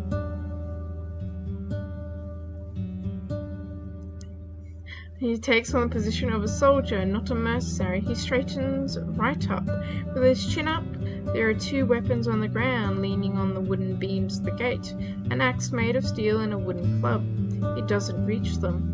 You dismount smoothly, having some vigor left. Reginald holds its tail high.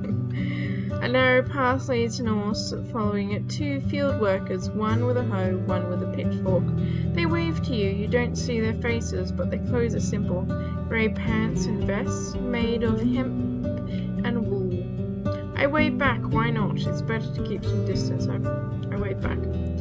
They talk for a bit, looking towards you and point at your mount, then walk away, disappearing behind the wall's corners. The guard smiles, yet avoids your eyes, and has to clear his throat before he speaks. Oh, isn't this the place we need to get to? Welcome, traveller. If you're near here to make trouble, if you're not here to make trouble, Howler's Dell welcomes you. We have the whitest flower there is. When he bows, you realize it was a well-practiced performance. If it's not new garments you're looking for, you can order everything you need here in all colors, shapes, and sizes. Capes, boots, vests, robes, or if you're just a master of the needle, I can assure you we have fabric for what you're looking for. His act is over and he glances at your mount in a moment of silence. His eyes get wider as he observes it with childlike fascination. This is Reginald. He helps me patrol the roads. You can pet its hide if you want, but no sudden movements. He follows your instructions. even though your palfrey pays no attention to the man's careful touch. The guard grins widely.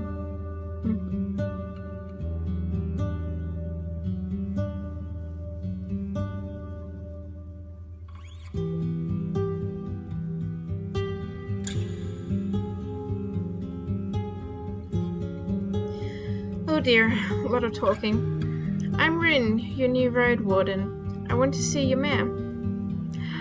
Ah, city folk, Oh wait, I said that wrong.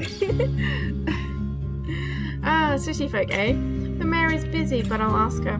Give us a moment to let you in. He knocks at the gate, which is then pulled inwards by two other guards. A man and a woman wearing their own garrisons. Similarly, well, they're green, but tailor-made to match their figures. The nearby buildings are simple houses made of wooden beams covered with thicket, while the storehouse is more modest, with a roof made of planks. The watchtower has a ladder made of ropes and sticks, no stairs. Give me a moment, the guard strides away before he finishes the last word. The others close the gate behind you and observe your mount carefully. Your eyes run east to a humming creek running through the center of the village. You wait for the return of the messenger.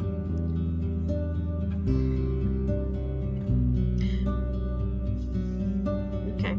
Calming sound, That's Howler's Creek. The guard, like most of the locals, is taller than you. Wide but shallow. There's not been a flood in years. Pa told me there used to be a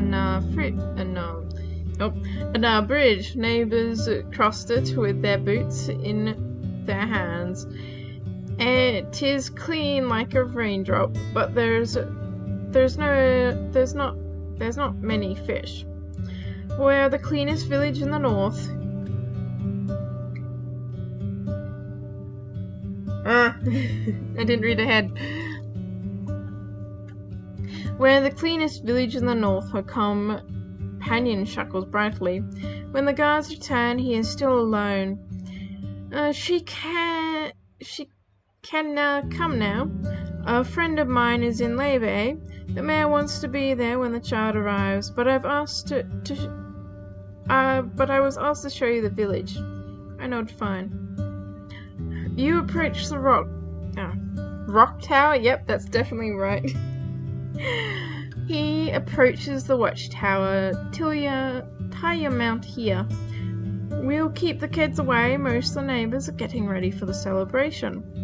Once you're done, he grabs the rope ladder. The view from up here is gorgeous.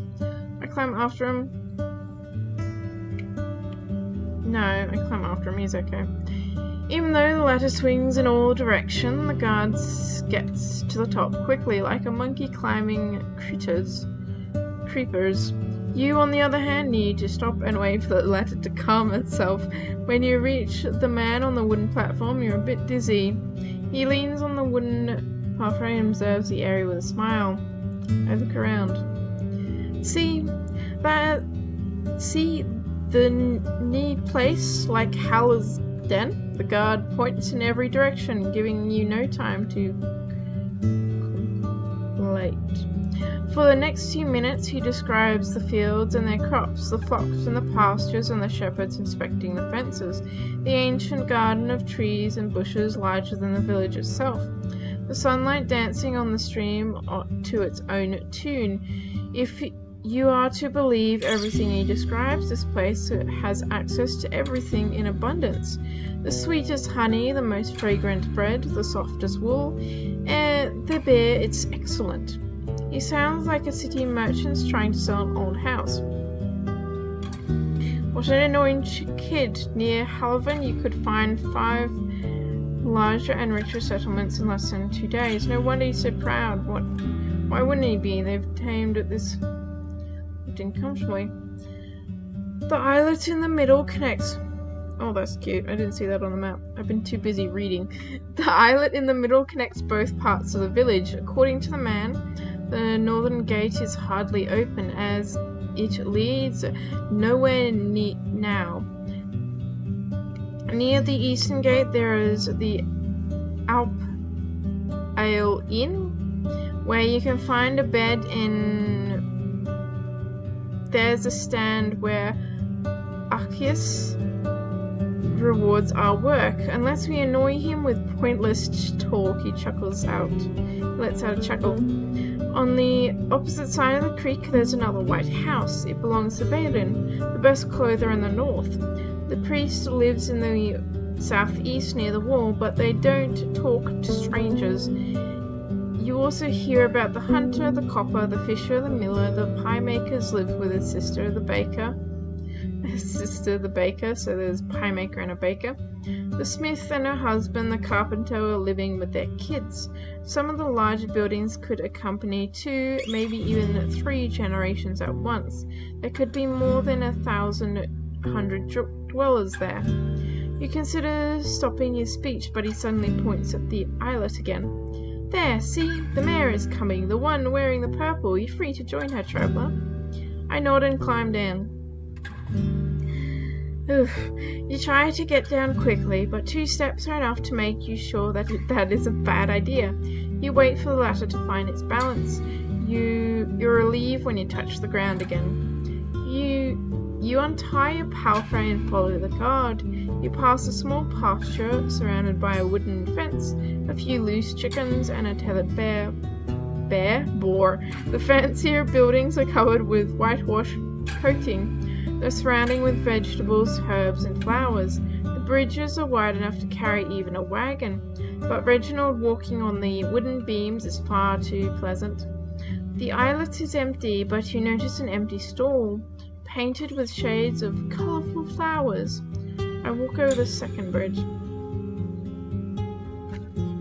Among at the entire path you notice more and more people observing you, smiling, or casually greeting you as they focus on their own tasks. This place is far too friendly. Something's weird. I prefer the other guys who are a lot more cautious about me. These guys are like, oh hey, hi. Something suspicious. I don't like that too much.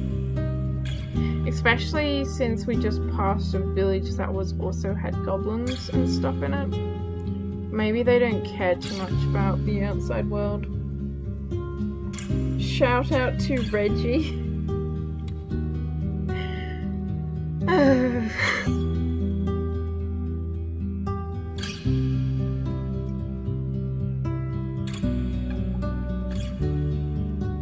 Well, I kind of just did.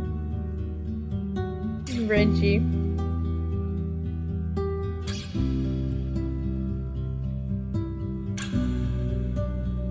Thank you for the other like, by the way. I don't know who did it. It was one of you. We'll find out eventually. Okay. We're gonna keep going and hopefully my drink doesn't run out, because otherwise I'll be sore.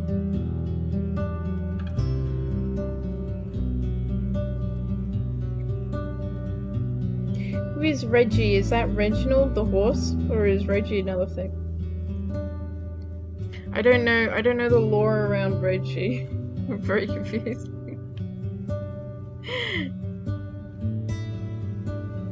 Where am I up to?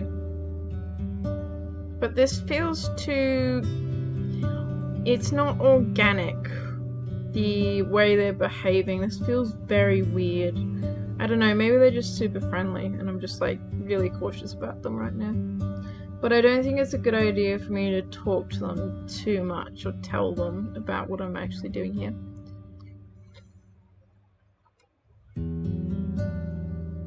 Finally, you reach the main square. A large tree grows in the center, surrounded by dark water, held together by a thin wall, perfect for sitting, but the smell coming from the liquid makes you think of rotten eggs.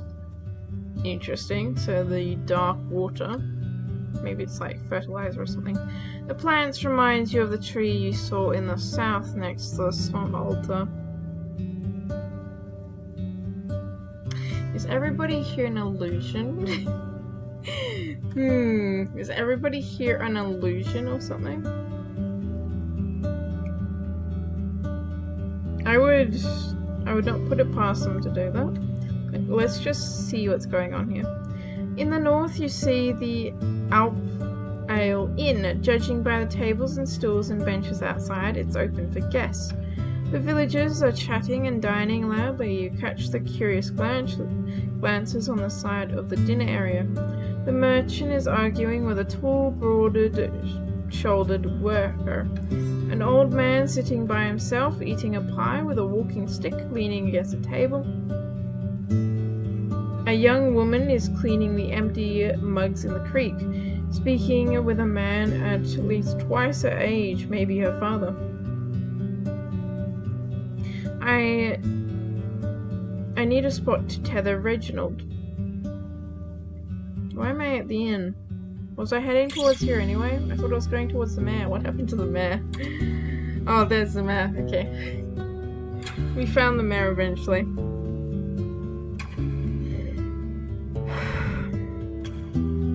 Reggie is short for Reginald, or... okay, Reggie is short for Reginald, yep. Low-grade weed. Maybe they're all smugglers. All the bandits that we were told about.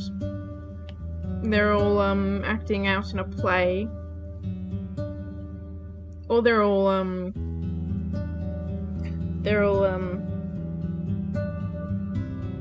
yeah, they're all, tasting the weed. I don't know how else to say that. Oh my word. Hold on. There's a wide wooden roof right next to the gate, and the shelters carts, crates, and sacks. You move your mount to a donkey. You move your mount next to a donkey to a beam placed here just for this purpose. Without a moment of hesitation, Reginald starts to chew on the nearby haystack. You have some time to make sure it doesn't struggle with your bundles. You return to the inn. I look for the mare and approach her. She's sitting on a chair with a 4-year-old boy on her knee, holding his hand gently, showing him how to eat gruel from a bowl. It's not a cheap meal though. You spot nuts, berries, and milk, and then added honey, making it yellowish. The kid is clean and quiet. Once he notices your arrival, he clams his mouth with a spoonful of oats.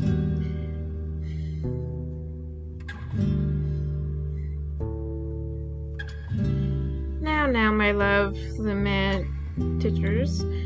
Don't not get distracted. She rubs the meal off his face.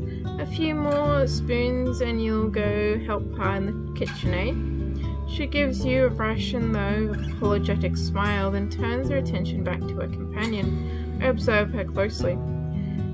Her long, full-sleeved linen dress must have been dyed once in blue, once in red, to achieve its dark, fancy purple, which would draw its looks even in Halavan. From her left shoulder hangs a green woolen cloak as thin as a shawl. The brown belt on her waist has a large steel buckle that portrays a running deer with unrealistically large antlers growing in either direction like tree branches. Suspicious. Anything with animals or trees is suspicious now. Actually, hold on. No, it's not suspicious. I mean, it's suspicious in this world. Unlike her tribesfolk, she's pale with a powder and rosy cheeks. Her lips match her outfit, although they are a bit closer to wine red. The thick grey strands in her long blonde hair looks more like a fashion choice than a result of aging. Her eyes are the colour of her cape, keen and vigorous. She's shorter than most people around, though she would still be the tallest woman in most of the northern settlements. While she's around 40, that's rude. We don't make guesses like that. Her slim hands add fragility to her appearance, even though her posture is upright. Her legs are confidently crossed, and her dedicated voice assertive. She makes plenty of gestures, but her shoulders hardly move. I wait for as long as it takes. I see intentions. After a few more minutes, the boy lets out a gentle cough, and after a pat on the back, the mayor puts him on the ground. You did good. You did a good job, love. But now I need to speak with our guest. Darling, she addresses one of the workers, a girl close to 15. Take him to his father, would you? Her tone suddenly gets firmer, leaving no hints of question or suggestions. Yes, madame. Oopsie. Yes, ma'am. She responds. Both her hair and eyes are nothing like those of her brother. Neither of the kids resemble their mother. So we have a RoadWarden again. Please sit down. She vaguely shows you the palm of her open hand, letting you pick any place you want. Since I'm her guest, I sit on a bench next to her, sit on a stool opposite her as I am a trade partner. Let's be friendly for now. Let's make sure they know nothing is up, so just be friendly. Oh my word. That's 2 hours. Might have to stop soon. I'll finish after this conversation. The flowing water hits silently the rocks and wooden stakes surrounding the island, then spreads into the two stream beds. In Halavan, the river is separated by a tall wall, protecting the banks from dissolving, and the water is sublime, free of dirt. Here the smell is as fresh as it would be in the woods. The mayor observes your outfit carefully, at first looking as if she just ate an onion, but puts on a polite smile, hey. Once your eyes meet, she hardly ever looks away. I'm sure you're hungry. Well done. I'm sure you're hungry. My husband will bring us something soon. I appreciate it. No, don't mention it. Hunger makes me peerish. And the day is too nice for that. She taps her chest and looks at the flock of birds that fly above you loudly, heading south. As we wait, be so good as to help me understand something. Eve, if you're but a mercenary, I can imagine a single reason for you to choose this realm for your wandering. And not so long after Astron's disappearance, the name Glory or Treasure can be found here. Her pale fingers form a tent on her stomach and clamp, leaving the forefingers pointing at you. You were sent here by merchants. They want the peninsula. Only, I present Halvan's interest as an opportunity. Faithful, I portray the situation as lightly as I can. Explain the situation. I make it clear that clavering would keep her people safe. No, well, she catch me. I can't hide the fact the guild needs new opportunities. I explain the situation. I portray the situation as lightly as I can. Let's be friendly for as long as possible. Although I don't think she would think of it as an opportunity. She'll probably not be happy about that. I read your second comment there. My word. Jump scare. This is a very strategic description. It is a lot of words to explain things. I feel like I'm mostly reading a book, which is nice, but oh my word. It is a lot of words.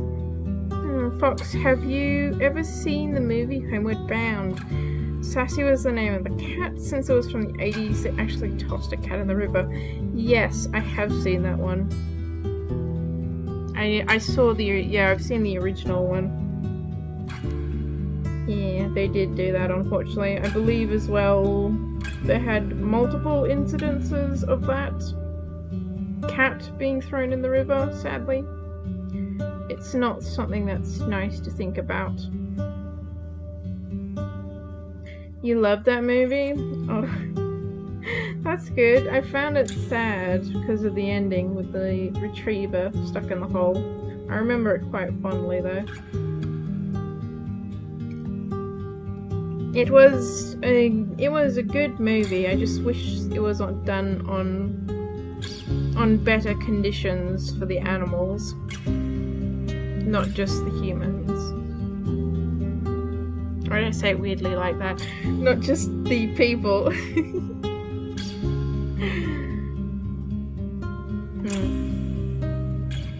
Nowadays, most people use CGI for animals, which is a bit sad. You hardly see any films with actual animals in them just because of how hard it is to get them to behave. So it's more like CGI nowadays for them. They all made it home. Yeah, I know. It's just the last bit is sad because you feel like they didn't made it home. And now it's spoilers because now everybody knows they made it home. Apparently they had a second one for that. I'd never seen it, and I think it was released later, and it follows almost the exact same plots, but different. So I think the original works well for what it covered. Spoilers, yes. But there is a second one for that movie, so maybe you can check that one out as well if you're interested in old films. From the, I think it was 90s, early 2000s, sometime around then.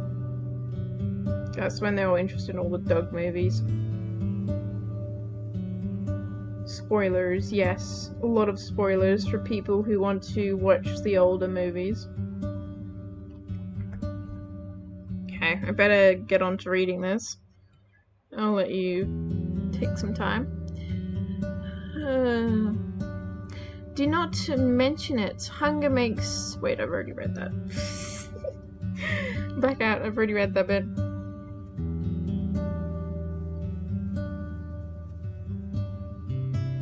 Oh right, we're reading my options. That's right, I forgot.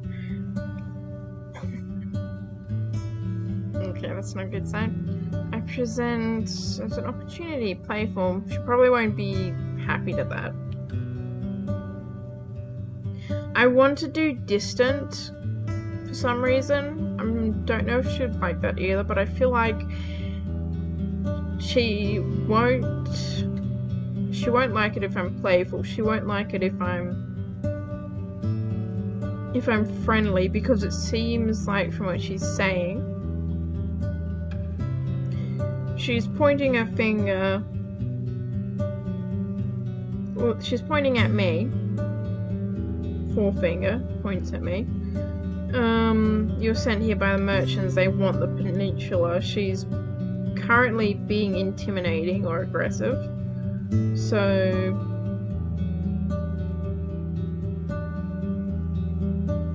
let's do distance, and I'm going to simply explain the situation to see how she responds. You introduce yourself and confirm her suspicions. The guild and the department are in agreement. They are willing to send troops to this place, defend the settlements, and patrol the roads.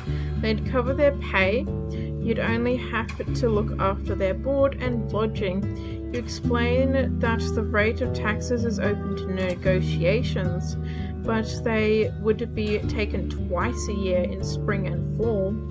You have time to think about it, you assure her, and you're free to consult with your people. Safer roads bringing many travellers, artisans, merchants. I know you realize it's an opportunity. Oh, that was me talking. Nice. Yes, I do, she finally interrupts you, but roads bring other people as well, not all of them desired by us. As she observes your palfrey, she twists her deer buckle. Right and left, left and right. No, left, right, left, right. The times have changed, and your superiors are kind enough to send a messenger, but not a temple guard with a list of demands. She grasps the buckle with her fist. But when it comes to the guild, there's always a catch. Her accent is now almost identical to the one used in the city.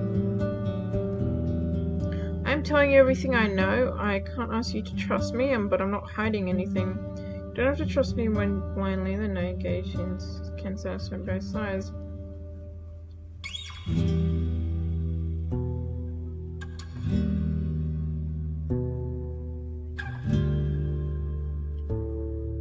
I'm telling you. Even if I was eager to put trust in the word of a stranger, your honesty has nothing to do with the truth. Necessarily, it doesn't put me in an easy position. As you can imagine, listening to this trick I learned during my studies, she theoretically clears her throat, pats her chest with one hand, and covers her mouth with another, then leans forwards and rests on her elbows, allowing her hands to freely make gestures. You make a deal with a settlement, flour and wool in exchange for coin and tools. You send the first trader and they imply you're ready to pay more for. They say parchment. Let's say parchment. Months later you want no more rye, just the parchment and wool. But we can not butcher any more mulfrays. The locals say, don't worry, your answer will send you a small flock. Just turn one of your fields into a pasturage. As she pretends to speak as another character, her voice is comically shifted. She has no issue switching between accents. Unlike me right now. I'm struggling. Just a little bit. Akaran showed a kind smile. She swings her hand above the table. Another year goes by, and while there's more parchment, the village lacks some crops. The tribes not need just tools and coins, plenty of coins, but also seeds. And the guild is not satisfied. Sending our wagons costs a lot, and there are more highwaymen now. If you want us to come again, you need more malfrays and sell them to her. Sell us their cheese. And guess what? With a haunting laugh, she straightens up and spreads her arms, like someone a third of her age. Turns out the villagers can't say no anymore. They lack supplies, seeds and lands they can't refuse. I nod. She's right, it's better not to say anything. Do you think the city would see value in keeping you strong? I smile. I have no doubt that a smart leader like yourself is going to protect her people from those games. Oh, how wonderful. Keep the compliments coming. Not a soul in the square reacts to her laugh or louder. But all that doesn't mean I can counter every single city ploy on my own. That's the good thing about living here. With these kind people around us, she nods towards the two girls that are carrying a basket filled with vegetables between them. If some of us struggle, we will have to deal the consequences. If we all struggle, but we all benefit. But Halavan, if they see profit in chopping off our arms, they will sell them to the first bidder. She gives you a sad glance, but cheers up after a sigh. Let's finish the introductions. I am Thalys, one of the keepers of the Ape Ale Inn and the mayor of Howler's Dell. I am sure it would be convenient for you to take my answer back to Halavan. She wonders for a moment. Say, when could we expect the first caravan after winter? It depends on what you can sell and what you want in return. I got food. We're like full-ish now. Hold on. And look. I have a look. Are there any other movies or shows that you can watch on repeat? That depends when you watch them on repeat. There are shows and movies that I can watch after I've had a break from them for like several months, and then I can go back to them, and those ones are really good. And it also depends what you like as well. You like the taste and the genres and things.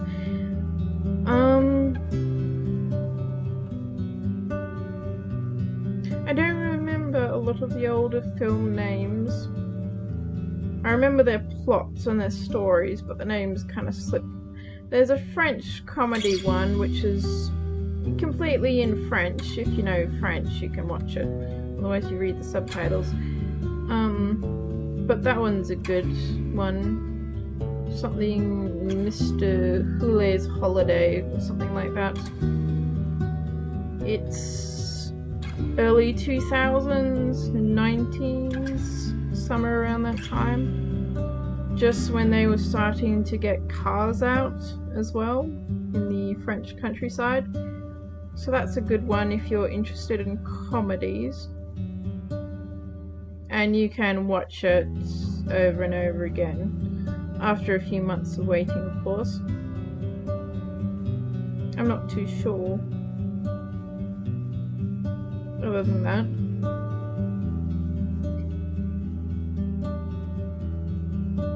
I don't tend to look at that sort of stuff currently.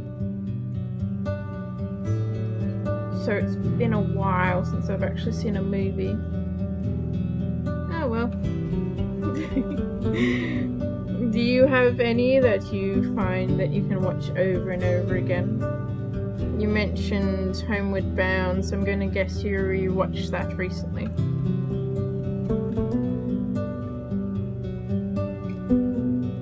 Okay. Well, the conversation goes on, the food gets served. The refreshing more of roasted mullet covered with a thick sauce made of mint, parsley and honey tempts you to bite in right away. The juices are sinking into the round tender. A plate made of simple brown bread. Interesting. Brown bread. There's also a small bowl filled with chopped red radishes and a sliced boiled egg. A mug filled with cold buttermilk. Nice. Buttermilk, okay.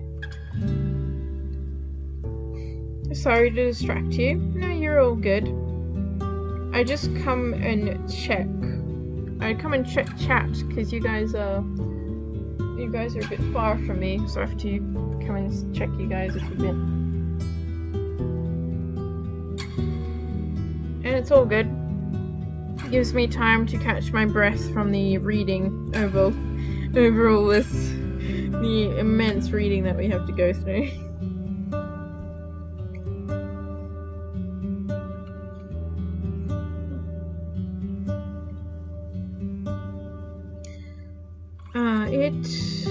It's all brought by a few young people, all of them referring to the mayor as their mother. Interesting, are they all adopted by you? And in the end, the innkeeper shows himself up to wish you a good meal. He's wearing a clean orange tunic and a not-so-clean apron made of hemp. He politely introduced himself as Eric's, and after confirming you wouldn't get sick from what he prepares, he leaves you and his wife to your conversation. Thalsus tears the meat into small pieces, then eats slowly, often expressing her enjoyment with a hum. Meanwhile, we get to the important stuff, and it's like almost an entire day has passed. Journal updated, explore the peninsula. Okay. Sounds like the nearby ground is... Is anybody talking? Okay. Sounds like the nearby ground is fertile. The villagers would gladly pay its taxes in grain and vegetables, with the exception that a squad of soldiers would provide additional protection. Our youth is strong, she says proudly. We don't need your guards on our walls, but a lone warden won't keep the roads passable. We need fighters willing to patrol the paths, maybe even the heart of the woods. That's what we'd expect in return. You're not an expert when it comes to linen, cloth, cheese, and wool, so the mayor spends a good couple of minutes describing the outstanding quality of what the village has to offer, especially the clothes, which are meant to be as unique as those made by Master Crypstus. Don't know who that is. You vaguely recognize the name of this tailor shoemaker. Okay, now I know who that is. But you've never earned enough to pay him for so much as a single sleeve. And of course, we will never reject some steel and bronze. We lack alloys for sickles and scythes. And then she repeats her question about starting a trade route. Truth be told, the guild is not sure what the peninsula has to offer. It's going to take more than your village to convince them. East Path. Understandable, but you won't find much in the other tribes. They have barely enough to survive even after they trade for our crops. We have the only decent soil in this realm. At least the people of Gal Rock have salt and barrels of fish, while the creeks sell meat and wood. Actually, if you haven't been to the creeks yet, the furthest village in the northeast, you could give them a chance, she nods, with a smile. They could use your help with keeping their roads safe. White Marshes, on the other hand, as well as the old Pagans, are closer to the worthless. For a trade route, that is, she clears her throat. So they're worthless for trading, but there's something else in there.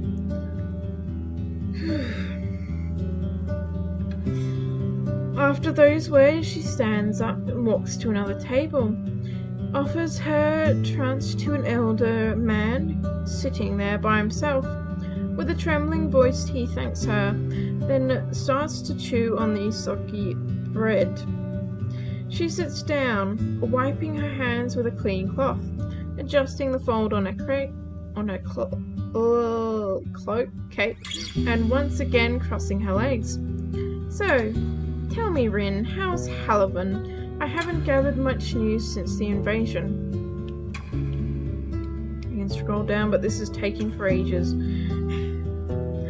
Things stay humble, but are starting to get brighter. The harbour is full of life and children grow. Sometimes better, sometimes worse. Not everybody has their own bed, but the new generation is starting their own fight. That sounds bad. It's far from great.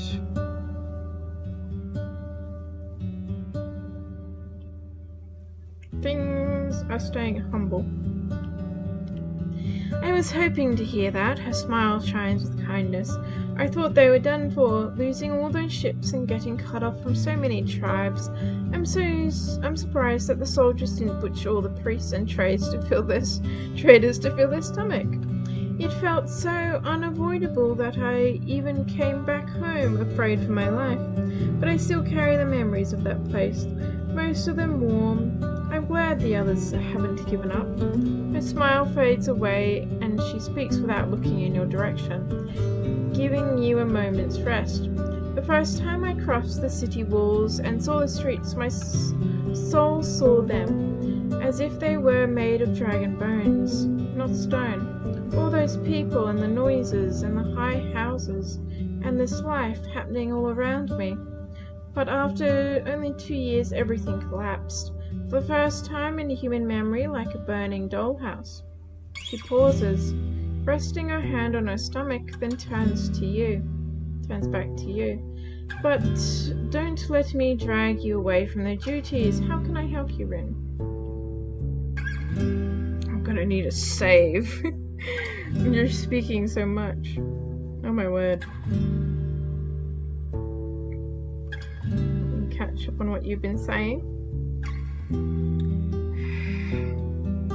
I have several movies I can watch over and over again. It's mostly... That's all good. Stanley Kubrick and... Oh! I have never heard of those ones. They must be from an older era or time. Drink some water. This is a lot of... Oh, I do have a cup of some warm coffee next to me actually, and that helps. But it's the time. The longer I do it, the worse it gets. So it's great.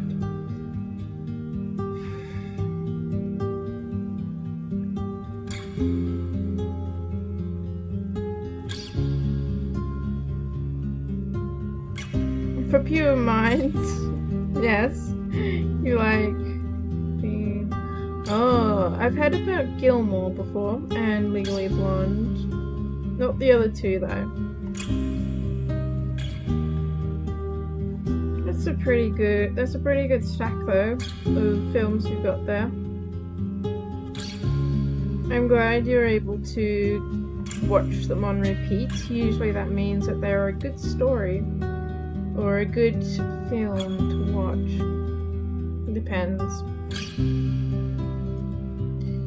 But damn, I'm surprised. This is 2 hours and a half. I did this earlier, sometime last week. Did some voice acting in a video recording that I was doing, and I only lasted an hour. But that was, I didn't have something to drink, so I'm lasting a bit longer because I have something to drink right now. But I will probably leave it here because there's a lot of questions, and it's also getting a bit late now. I don't want to keep you guys preoccupied from your day. I believe you guys have a lot to do right now, it being the weekend. So, considering my voice and how much I have to ask and things, I think I might leave it here because these all look like important questions. I don't know about asking about this person. I'll probably ask the people in the White Masters about him or her. Just do another save. Go to settings. Go to main menu. Yeah, auto set is fine. Visit Windy Meadow. Can't speak anymore. It's all good. Nice to chat. Yeah, it was nice to see you again, Wade. Thank you for the chat. Hopefully I'll see you in Kim's next stream. I believe they're streaming tomorrow. Yeah. You have a good rest of your day, and thank you for coming.